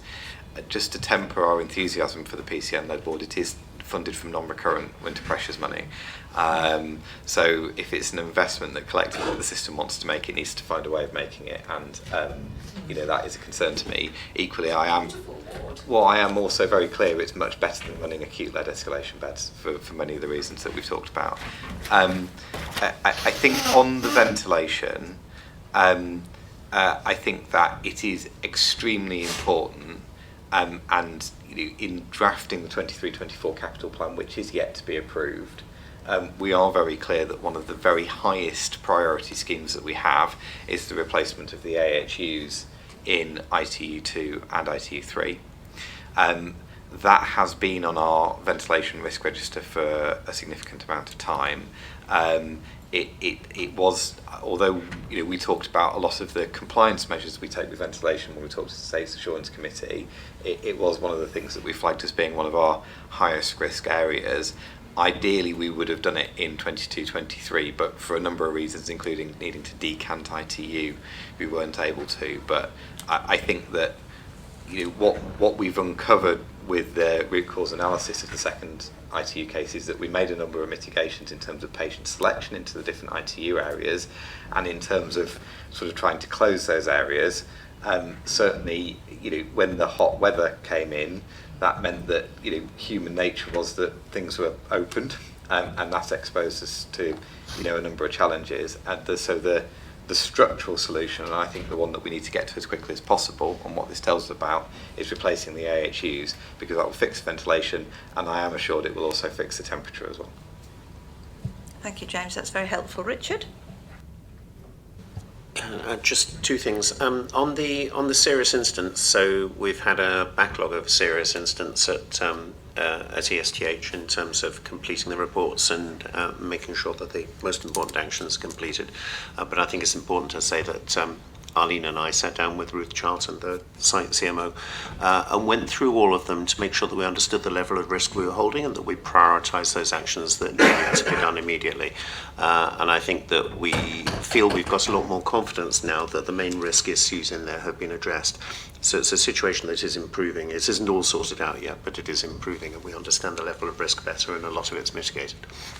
And just on the rising mortality figures for ESTH, I just wanted to say that we don't feel at all sanguine about this. When we look at rising mortality figures, the right approach is to ask ourselves, can we identify a subset of patients or an area or a theme or a condition where we're actually deteriorating in order to try and turn the situation around, and at the same time to understand whether we're collecting our data correctly, reporting correctly, and whether some of the apparent worsening might actually be a data artifact rather than a worsening of patient safety. we haven't identified any group of patients which particularly contributes to this rising mortality. We have identified some data issues which may be artifactually creating some of the phenomenon. We're absolutely not assuming that this is just a data issue. And I think the correct mindset is to recognise that under the increasing pressures on patient flow and on ED crowding and on hospital crowding, none of that can be good for patient safety. And when we think, what are we actually doing about rising mortality, the most important actions are probably those which are directed towards improving patient flow, decreasing ED crowding, improving timely discharge. Thank you, Richard. Really helpful comments. And I recall we did have a very good discussion about the HMSR at the last board, and that whole discussion about CDEC and the figures and things. So this is clearly work in progress. I get no sense that people are anything other than on it in terms of paying attention. So Anne, how do you feel about the ventilation situation? So I think it mostly addressed what I was going to raise. I guess the point is there's a bullet point in the quality report that says actions from the April 2022 incident, mainly estates, had not been addressed. So that left me saying, was that we hadn't expected to have completed them by now? Or is it that people haven't done what they previously committed to do? Because the assurance I took from the ventilation discussion at the Estate Assurance Committee was that action plans were in place and they were being progressed. If that's not the case, then that would raise a concern for me. I think this is one for you, Arlene, isn't it? Yeah, so at the time of writing this report, the actions hadn't been completed. We have since met and we have been able to close both incidents down, so the earlier one and the summer one, and all of the actions that we identified that needed to be completed have been completed. The bit that the final kind of bits that we need to do is that replace the air handling unit, which you can't do for all of the reasons that we've talked about, but we have identified alternative actions. And so, for instance, one of them is about putting in an air-conditioned unit that's sealed and putting in doors that are automated so that you don't have to prop them open and all of that. So we have, since this report, managed to close them down because we've been clear with what needed to happen, and they have. Aruna? I mean, I think the point that we probably need to be quite vigilant on, that we perhaps could have done better, is the cleanliness. That is the key point for me. But I'm sure Arlene's absolutely on that. Well, that one was totally within our gift and should never have got to where it was, because from the first incident we actually went out and employed somebody to clean, and then everybody got comfortable and they moved that person to do clinical work and they were no longer doing the cleaning. So that we have made a point of re-establishing. The person was still there, and now we're including it in our audits of, is this person still allocated and able to do the cleaning that they're employed to do, because it has to be done by a clinical person because of the equipment. Well, it's very good to hear that the auditing is ongoing, Arlene. Thank you. James? Thank you. I welcome the conversation about ventilation, not only in terms of the assurance about immediate patient safety, but just thinking about picking up part of the conversation we were having at the St George's board yesterday in terms of ITU capacity within St George's and within the system of South West London. We are acutely aware that ITU capacity is very constrained and challenged, and potentially impacting on our ability to manage some of our more complex planned work. So I welcome the potential to explore better ventilation capacity on our intensive care, and to think about would that then lead to Epsom St Helier potentially contributing to a system-wide response to support better ITU capacity, but recognise that it's far more complicated than just creating the capacity. Nevertheless, a point well made. Thank you, James. So, Derek, Just a very quick point. Can I do need people to be quick. We Very are quick. running miles behind. Can I ensure that we don't lose sight of the fact that building work on site and mitigating dust exposure is also probably more important than our ventilation systems? You know, if we're not throwing aspergillus spores into the environment, then there'll be less exposure. So we need to make sure that building work is controlled and dust exposure mitigated. And we plate when we're doing it. Yeah, Derek is absolutely right. So it was a point well worth making, Derek. Thank you. But it was a big learning point from the first time, the first one we Yes, did that. It was yeah. the biggest learning point we had. Yes, indeed. No, all right. Sorry, James. It's just that, you know, I get very agitated when we're a very long way behind. I can't see anybody else, so I'm going to ask that we note, you didn't need to come back on anything. If we could note the quality report. Thank you for the discussion on the estates issue. I think that was important. Sutton Health and Care and Surrey Downs Health and Care. Simon. It is sunny in Surrey, so I will only be extremely brief because Dr. Chris Evans isn't here. I'll give you an overview of that paper. Just to note really that the Sutton Alliance Board is re-established, which wasn't, and I think that's an important thing to note. The key themes across both of the boards were a focus on their business planning and finance, recognising the staffing challenges, and with that comes a review of our wider community partnerships. So how can we meet demand, but in a different way, using what's available beyond our immediate community service. A particular focus for the Surrey board was around the West Park niche relocation and the timelines associated with that and the integration into the Epsom site. Some scrutiny on the extra beds that were open, given staffing pressures, were the board assured that we could meet the needs of those patients, and there was quite a lot of scrutiny given to that, and we were assured. And then a real focus on how, across both systems, Surrey and Sutton, around patient flow, noting particularly that there are a high number of people with high care needs, and how can we meet those that are requiring particularly 24-hour bedded care that we can't provide or have not got facility to provide, i.e. nursing homes. So really looking about how we may as a system do that, and noting that in the Surrey system, and in both actually, we now have a recovery at home system, which is an extension of the social care, what we used to call bridging. So where there are gaps in care, can we as a community provider provide that gap, and we are doing so. Thank you very much indeed, Simon. Any questions or comments for Simon? No? So we note that report. Thank you very much. Moves on to item 2.2. We're 35 minutes behind. I just remind everybody. We have spent a lot of time in Finance Committee and Quality Committee going through the IPR. So if we could just focus on anything new or particularly important.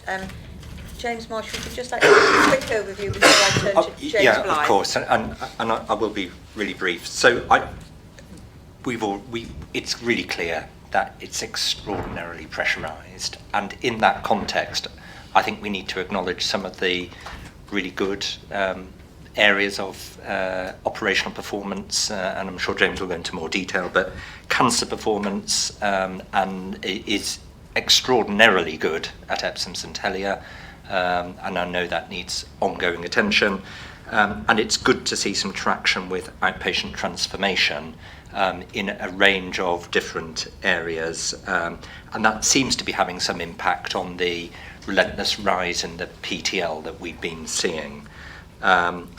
We've talked about the challenge position with urgent and emergency care flow, and that's very visible on the IQPR.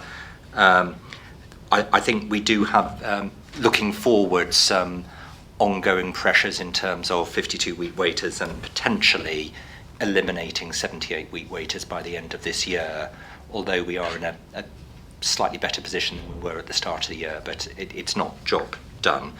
And then in terms of community care, it may just be worth having an understanding about how we're performing on the urgent community response, which I think will become increasingly important to help our flow at the front end. Thank you very much, James. James B. to be honest, I think James Marsh has said it all. Oh, no, come So- on. I'm sure there was something you wanted to say. I don't That- want you to feel so... Those were exactly the thing. I mean, I was going to highlight the progress in outpatient transformation, Yeah, I was which I gonna think say, is look at that, it's good. so critical to us as an organisation, because without that, we have absolutely no chance in managing the ongoing growth in demand.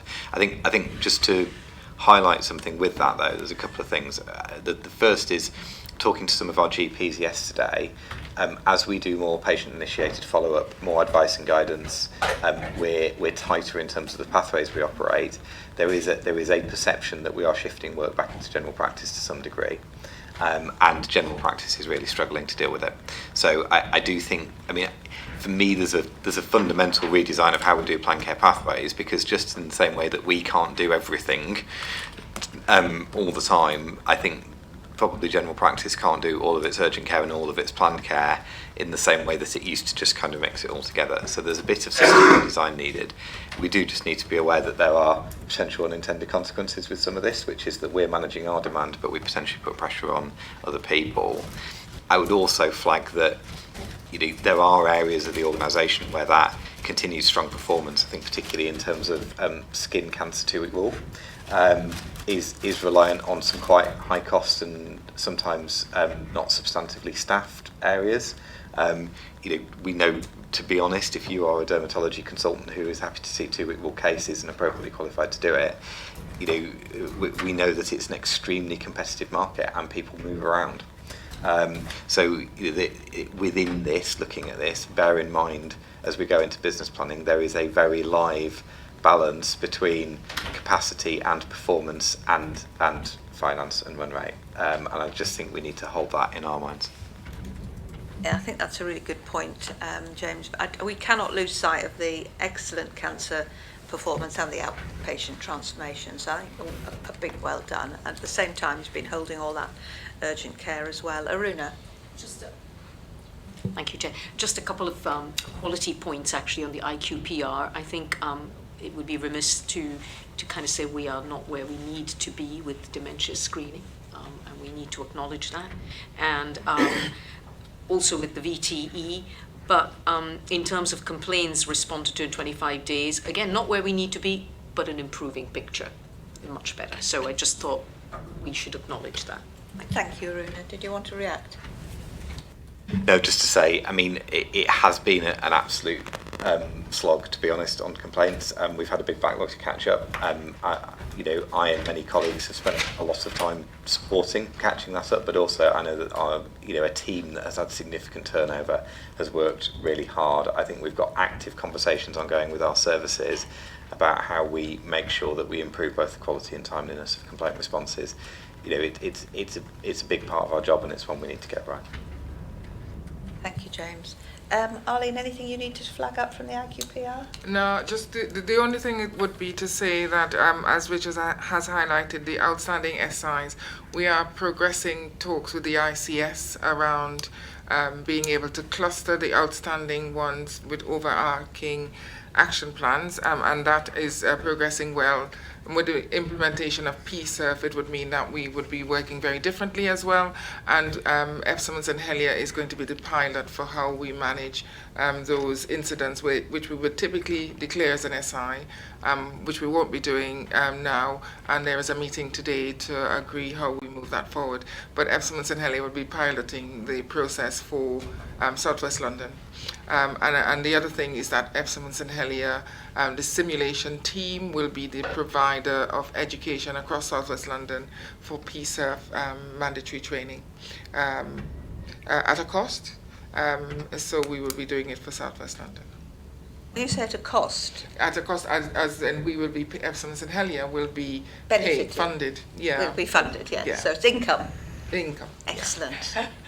That's much better than cost. No, yes. At a cost to everybody else, but income for Epsom and St Helier. Thank you. Richard, anything you needed to flag up?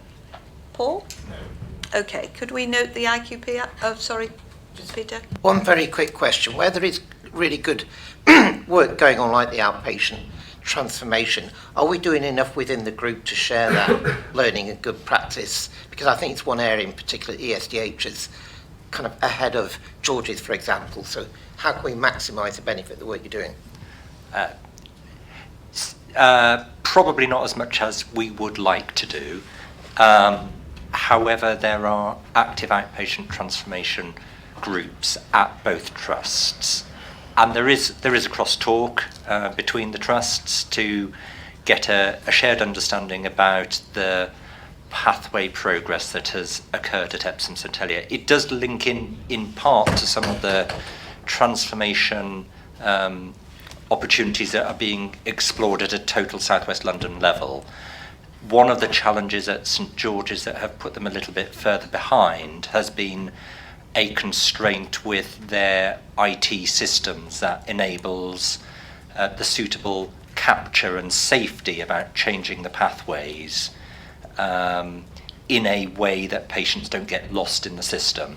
So the team at St George's are linking in with the pathway changes that have occurred at Epsom St Helier, whilst the IT changes are being put in place to enable suitable data capture. So St George's may appear to be behind, but they are linking in with Epsom St Helier, and I think will be catching up in the future. Thank you, James. Simon, sorry, I should have said, was there anything you needed to flag up from community? Okay, thank you. So if we could note the IQPR and move on to maternity services. Again, very full discussion at Quality Committee, very full set of paperwork, which Arlene is going to briskly take us through. Thank you, briskly. So as Gillian has said, we have discussed these papers at length in Quality Committee. So for the purposes of board, it's just three comments really to make. We have completed the gap analysis against the Kirkup report and discussed fully at Quality Committee. The findings have been compared for both Epsom St Helier and St George's, and we have agreed at Quality Committee, or Quality Committee has requested that we have a further look into the culture in maternity services, both for Epsom and St Helier and St George's, and we will be progressing that work. But there have been no issues that have come out in the gap analysis that says, we are really concerned, and we will continue to monitor that and bring updates. The second point to highlight is that included in this pack is the perinatal quality surveillance report for Epsom and St Helier, and I will take that as read. Again, for me, there is one issue that we need to look at. So by bringing this report, we are able to declare compliance to Safety Action 9, and that's great. One of the things in this report that has come out again is around CTG reading and CTG training and compliance and all of that. So that is an area that I will be asking the site team to pick up. We have had over the years a couple of incidents where CTG monitoring and CTG reading were issues. So it's in here, and we will pick that up with the site team. The final point is around CNST, and as we see, we are compliant with Safety Action 9, but we are not compliant in some other areas, and that is despite during the previous months declaring that we were likely to be compliant. We haven't, which means that we will not be entitled to the CNST, the rebate of the insurance, but we have sat down with the team, and Aruna was present at that meeting. We've gone through each of the 10 safety actions and looked at which elements we were not compliant in, and therefore have developed an action plan to ensure that we are compliant. Going forward in those areas, I suppose it's important to say that, we will have an action plan and we will close the gaps on this one, but when the new guidance comes out, it might be totally different, and we will be starting again in some areas.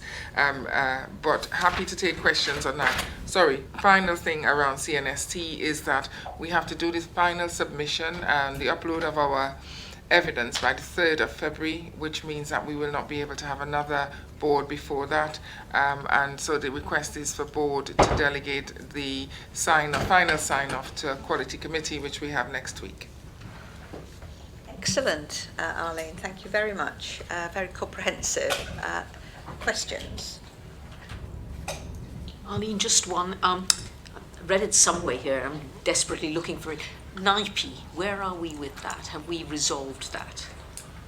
So it's not resolved, but it is being picked up as one of the actions in the action Sorry, plan. I didn't hear what it was. NIPE, new infant checks. Okay. My version. And there has been some concern because the right staff haven't been involved, but it is being picked up in the Saving Baby's Life care bundle, and that is being sorted under that safety action, which I think is 3. Any other questions or comments from people? I think the two things that we really need to focus on as a board, one is the proposal, which I think we would all support, about having a review into culture, the Kirkup kind of lessons. I think that's really important, and I welcome the proposal. And the second one is our failure to reach the standard we would want in relation to CSNT. And I've discussed this a great deal with Arlene. It is a disappointment. It's not just the financial impact, which is not insignificant. It's the fact that a year ago we were completely compliant, and it makes you ask questions about what's happened. In part, it's that the thing has changed and changed constantly. And in part, it seems that everyone is struggling with this, but it's not a position we would want to be in. And I welcome Arlene's clear focus on it. So in terms of the recommendation as drafted, of course the system decides to lock me out at that point. The recommendation actually includes something which isn't relevant to us here at ESPH. It's item 2 of the recommendation is a George's recommendation, but I would ask this board to approve items 1 and 3 of the recommendation. Is that okay? Yeah, great, lovely, thank you very much. May I just say one thing very quickly? Quick. So very quick. There are some things that I think that, again, going back to staffing judgments, that we may never be able to achieve, and we may choose not to achieve. So for instance, the Band 7 supernumerary, I mean, it's unrealistic to think that you'll just have somebody hanging around maternity doing nothing else but kind of supervising. So I just think we need to be a bit pragmatic in terms of how we approach some of it. We do, and that includes being pragmatic about where the cut-off for CSNT is. Because, if it meant spending 20,000 to get 100,000, you'd do it, wouldn't you? Okay, so those recommendations are agreed. That enables us to move on to learning from deaths. We're now only 10 minutes behind, so I am less stressed about the situation. But in the same way, we did have a very full discussion at Quality Committee, Richard, so if you could highlight briskly as well the areas that we need to focus on, that would be very helpful. Thank you. Sure, and it's probably helpful that we've already talked about the biggest issue, I think, which is the mortality. So the only things that I'd highlight in this report in particular are that I think it gives us quite good assurance that we're doing a large proportion of departmental reviews, what we call stage 1 reviews of deaths, and also structured judgment reviews. So I think it's good that of those patients who meet the criteria to have a structured judgment review when they've died, over 90% of those structured judgment reviews are getting done. And likewise, I think it gives some very positive assurance around the medical examiner service, which is reviewing 100% of the deaths that it should be reviewing. And I think that's very positive. When we actually look at what we're finding in our structured judgment reviews, the thing that's quite striking is that we've had 6 cases where we thought that the care given to people at the end of their lives was poor or very poor in terms of end-of-life care. And that's clearly something that we should be concerned about. And this paper does describe some of the steps that we've gone off spontaneously. And this paper does describe some of the steps that we've taken to start to address that in terms of induction training and embedding training. But Arlene and I both think there's more to do, and I think ESTH recognises there's more to do around that.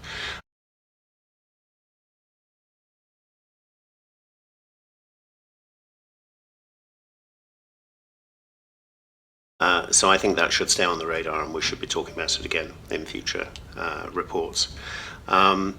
one other positive, I think it's very positive that we've appointed an advanced care planning facilitator who helps us to plan the recognition of what people's wishes are in terms of their own treatment and treatment escalation, and whether or not they would wish to have intensive care interventions or resuscitation interventions, which are not always clinically appropriate and which not everybody wants.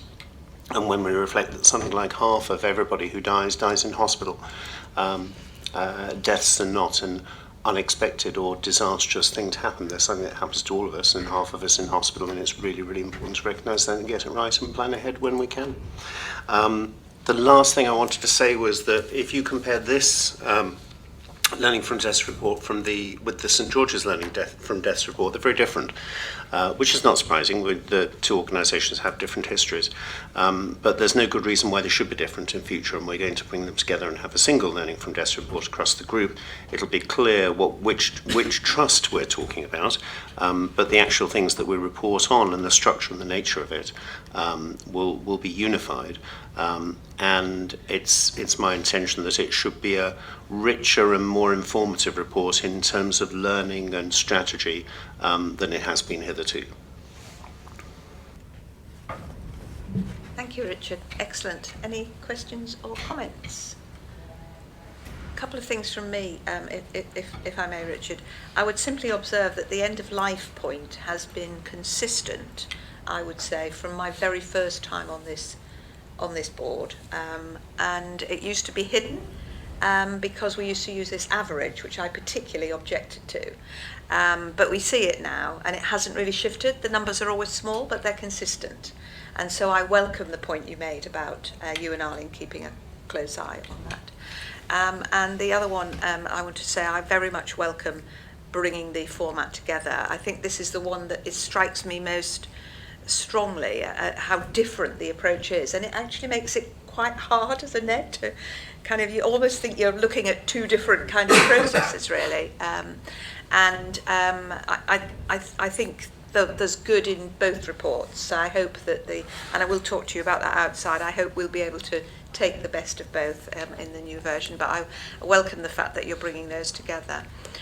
So if there are no other comments, we're asked to note the report. Lovely, thank you very much. And so that takes us to item 2.5, and we're only 2 minutes behind now, so even better. So I'd still like you to be brisk, Arlene, on the healthcare associated infection, because again, we've had quite a lot of discussion already today, haven't we? And a full discussion at a quality committee, but over to you. Thank you, Gillian. Yeah, just briefly, the full report is there and will continue to come to board. In terms of highlights for F7 St Helier, we have managed to close the Aspergillus incidents, which we talked about. We found Legionella before we put patients into an area, and again, I think that is real progress for F7 St Helier, which we have worked hard to implement that process, and it has worked, and we're really pleased with that. In terms of any other issues for F7 St Helier, there are not. COVID continues to be an issue. I suppose from a general infection prevention and control perspective, the F7 St Helier and St George's teams have been working together as part of an infection prevention and control group for the wider group, and that worked really, really well in December, when there were lots of challenges with capacity, and they were able to come together in the weekly meeting and make decisions that would support flow and getting patients to the right place and keeping everyone safe. So that will continue. We plan to start to have a an infection control committee in common, so we don't have separate infection control committees for both organizations. We plan to start that in March, and apart from that, the work continues across the group and with Southwest London. And the final thing would be around flu, and at that time of this report, the compliance with flu was 53, just over 53%, and with the COVID booster was 43%. and the campaign isn't quite over yet. But just, and this came up yesterday at George's, I suppose it's just for me to remind everybody that while the figures are quite low, so I think Epsom and St Helier is now on nearly 60%, which is, I think is second position, James, when we looked across London for compliance, which is, and I think 60% and the second best in London. And to the fact that we have been asked to share what we did for our flu campaigns as best practice, which we have done. So while it's not where it needs to be, I think the numbers reflect just generally what is happening across the country, really, not just London. Lovely, thank you very much, Arlene. So 2 points there, the general infection prevention control and then the specifics on vaccinations. And as Arlene said, the discussion at George's board yesterday was how disappointing the numbers were. Less so here actually than George's, but Arlene was able to tell us that actually we were doing pretty well despite our disappointment. So any points people wanted to raise? No, so we're asked to receive for assurance the report, which I think we can. It's a very thorough report. Thank you, Arlene. And note the vaccination position. And we will definitely work on it to get the figures up next year, even if we are amongst the best. We want to be even better and have much higher numbers. Right, so that takes us on to item 3.1 and the finance report. Lizzie. Thanks, Gillian. So this is the month 8 finance report. The trust is reporting a deficit of 29.3 million, which is 20.4 million adverse to plan. I think, as Anne said in her finance committee report, the good news is we're consistently where we said we were going to be. The big but is obviously it's a 29.3 million deficit.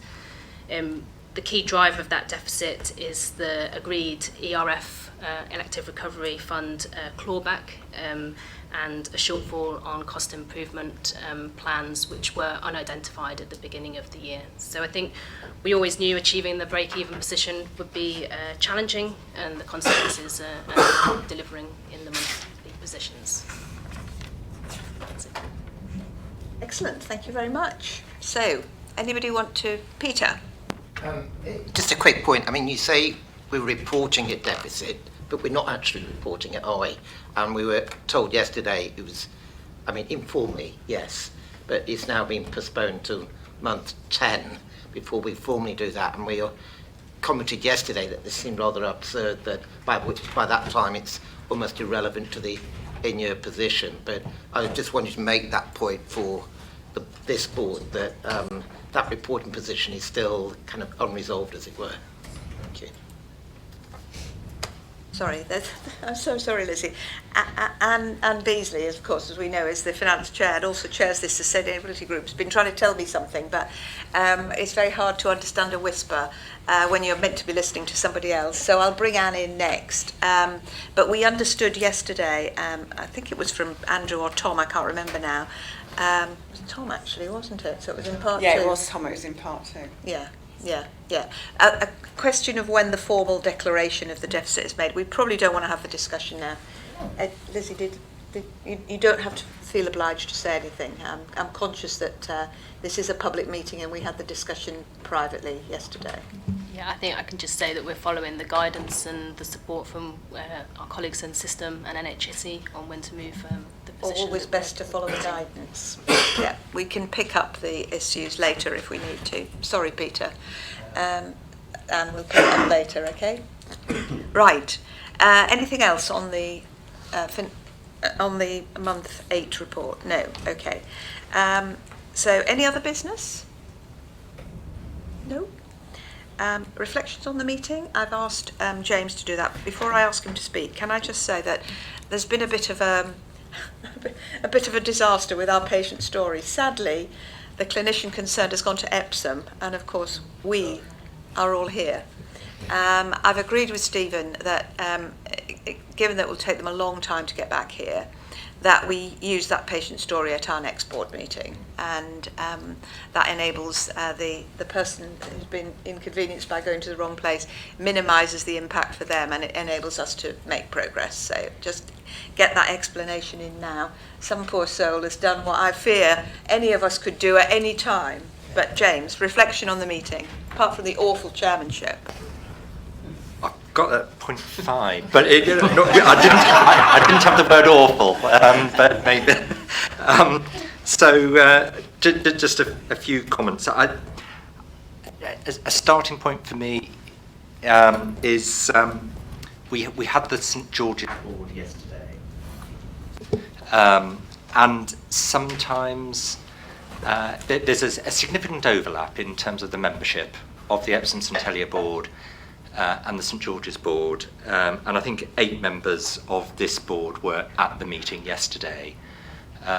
There's quite an overlap in terms of the papers, and I think it feels timely to have a board meeting in common, because Epsom St Helier board meeting can sometimes be a poor relation to the St George's board. If it follows it, there's a danger that some of the conversation is a bit stale, and it's not always obvious whether to repeat exactly the same questions and comments that were raised at the previous day, but recognising that we are still running 2 different statutory boards at the moment. And that really feels a challenge at the moment. So I welcome the opportunity to create boards in common. I was just thinking in terms of the balance between assurance, strategy and culture.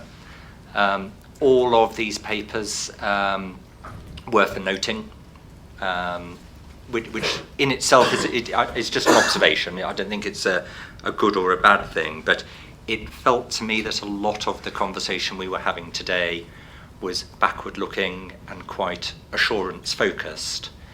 And there was there's potentially an opportunity to think about, and I know we do in a number of board meetings, but it felt less so today, about focusing on the forward look. It was good in terms of thinking about the culture of the organisation, the board leading from the top, and recognising the huge pressures our staff are under, and there felt like we as a board were empathetic with the demands that our staff are facing at the moment. So that felt very positive. We have struggled in terms of the quality and timeliness of papers. I think this meeting was better than previous meetings in terms of the timeliness, and the size of the reading matter felt more manageable than previous meetings, so that felt like a positive. And then I have written down chairing. So you did keep us to time quite firmly, but I could feel the tension in your that you were feeling. But I think at the same time you did allow us opportunity to present the key issues and to have a dialogue with each other.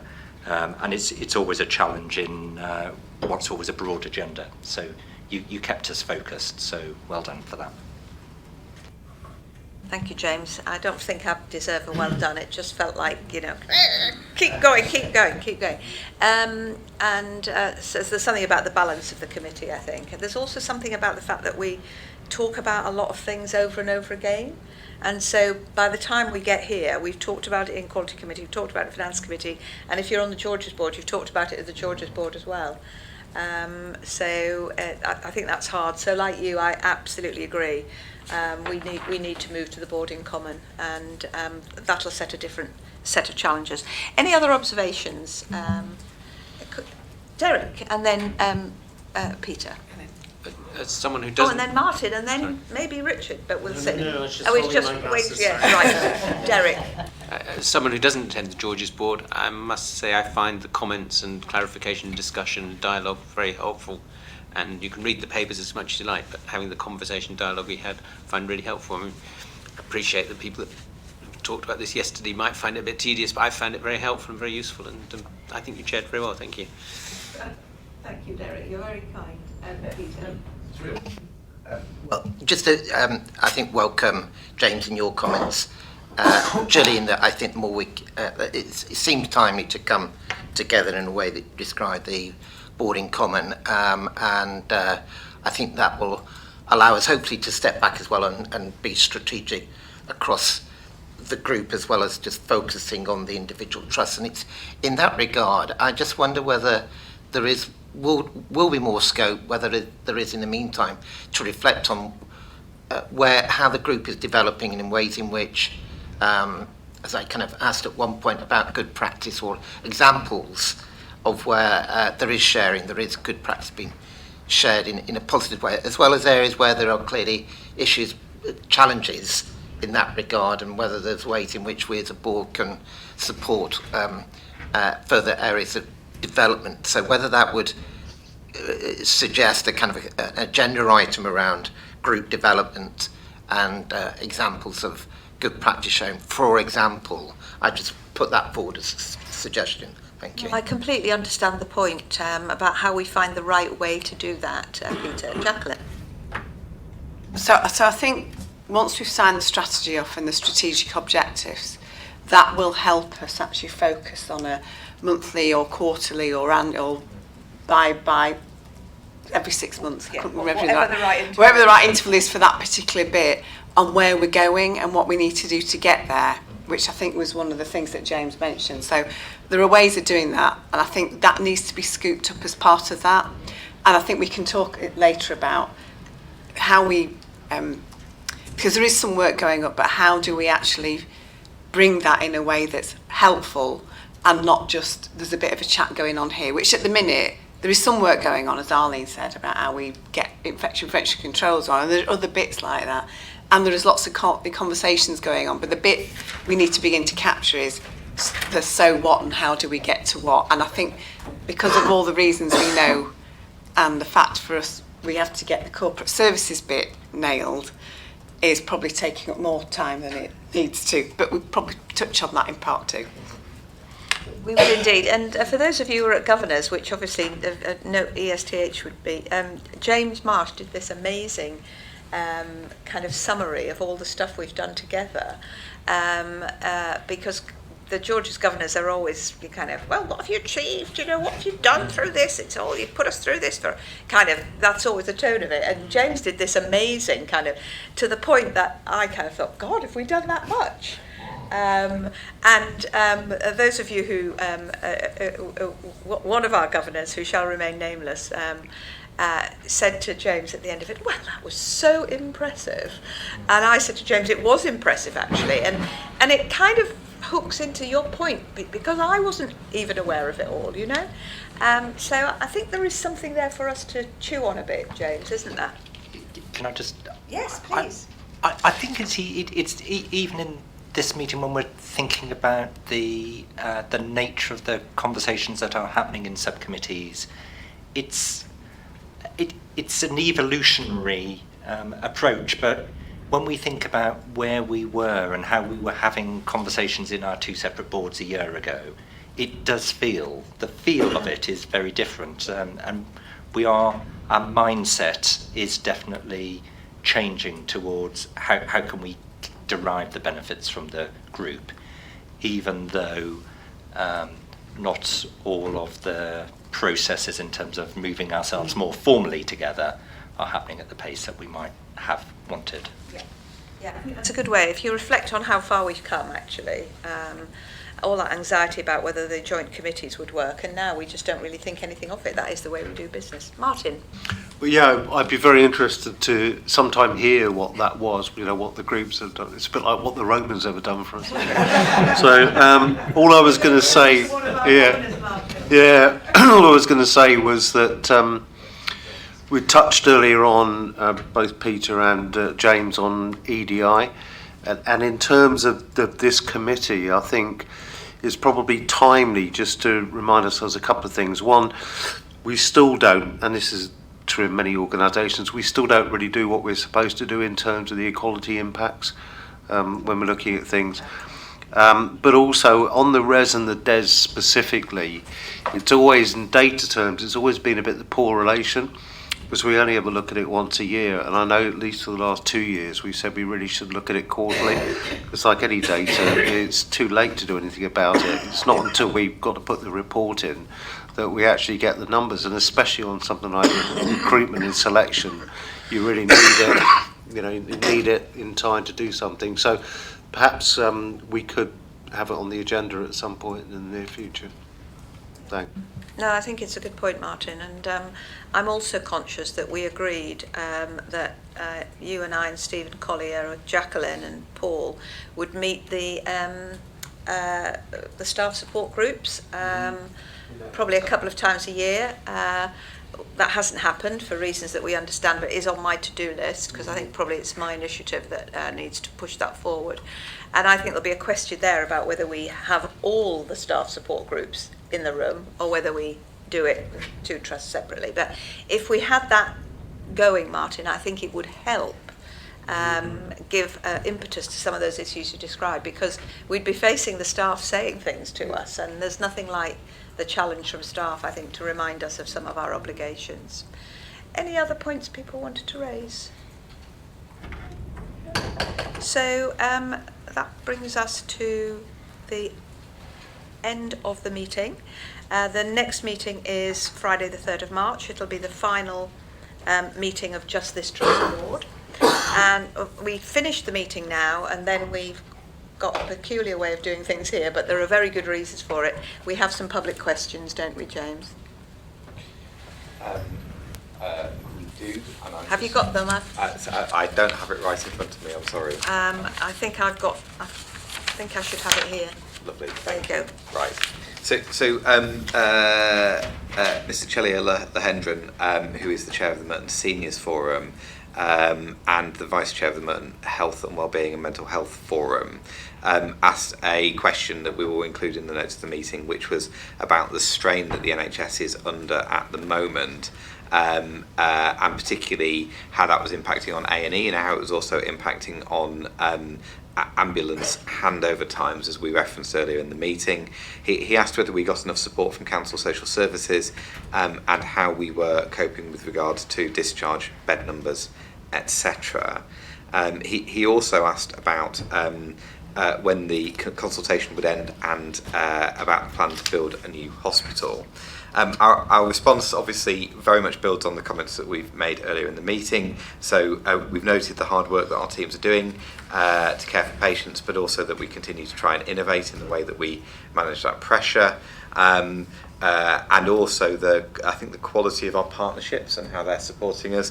And they do include our partnerships with social care and community services in Surrey and Sutton and Merton. And the additional measures that we've been taking to redeploy staff in times of extremis to support the most pressured areas. Also the reset week that we had in December, which has led to a number of innovations in terms of how we support those areas. I think probably the other thing to flag is that we retain the commitment to the Building Your Future Hospitals programme, both internally and from central government. We're one of the National New Hospital Programme schemes, and we are continuing to work with the New Hospitals Programme to understand when we can move to the next stage in terms of getting on with the planning and construction of the specialist emergency care hospital. But we do see that as being very much something that will help us to, in the longer term, deal with some of the pressures that we're facing. So there's a full response that I haven't read out here, but just to summarise the response that will go into the minutes. And we sent that to the gentleman concerned, do we? I don't know, do we? Yeah. Yes, I hope so. Lovely. Thank you very much. Right, that's it. We just need some lunch, which hopefully is about to arrive. I can see it. Yeah, great stuff. And we will reconvene at 1 o'clock, colleagues. Thank you.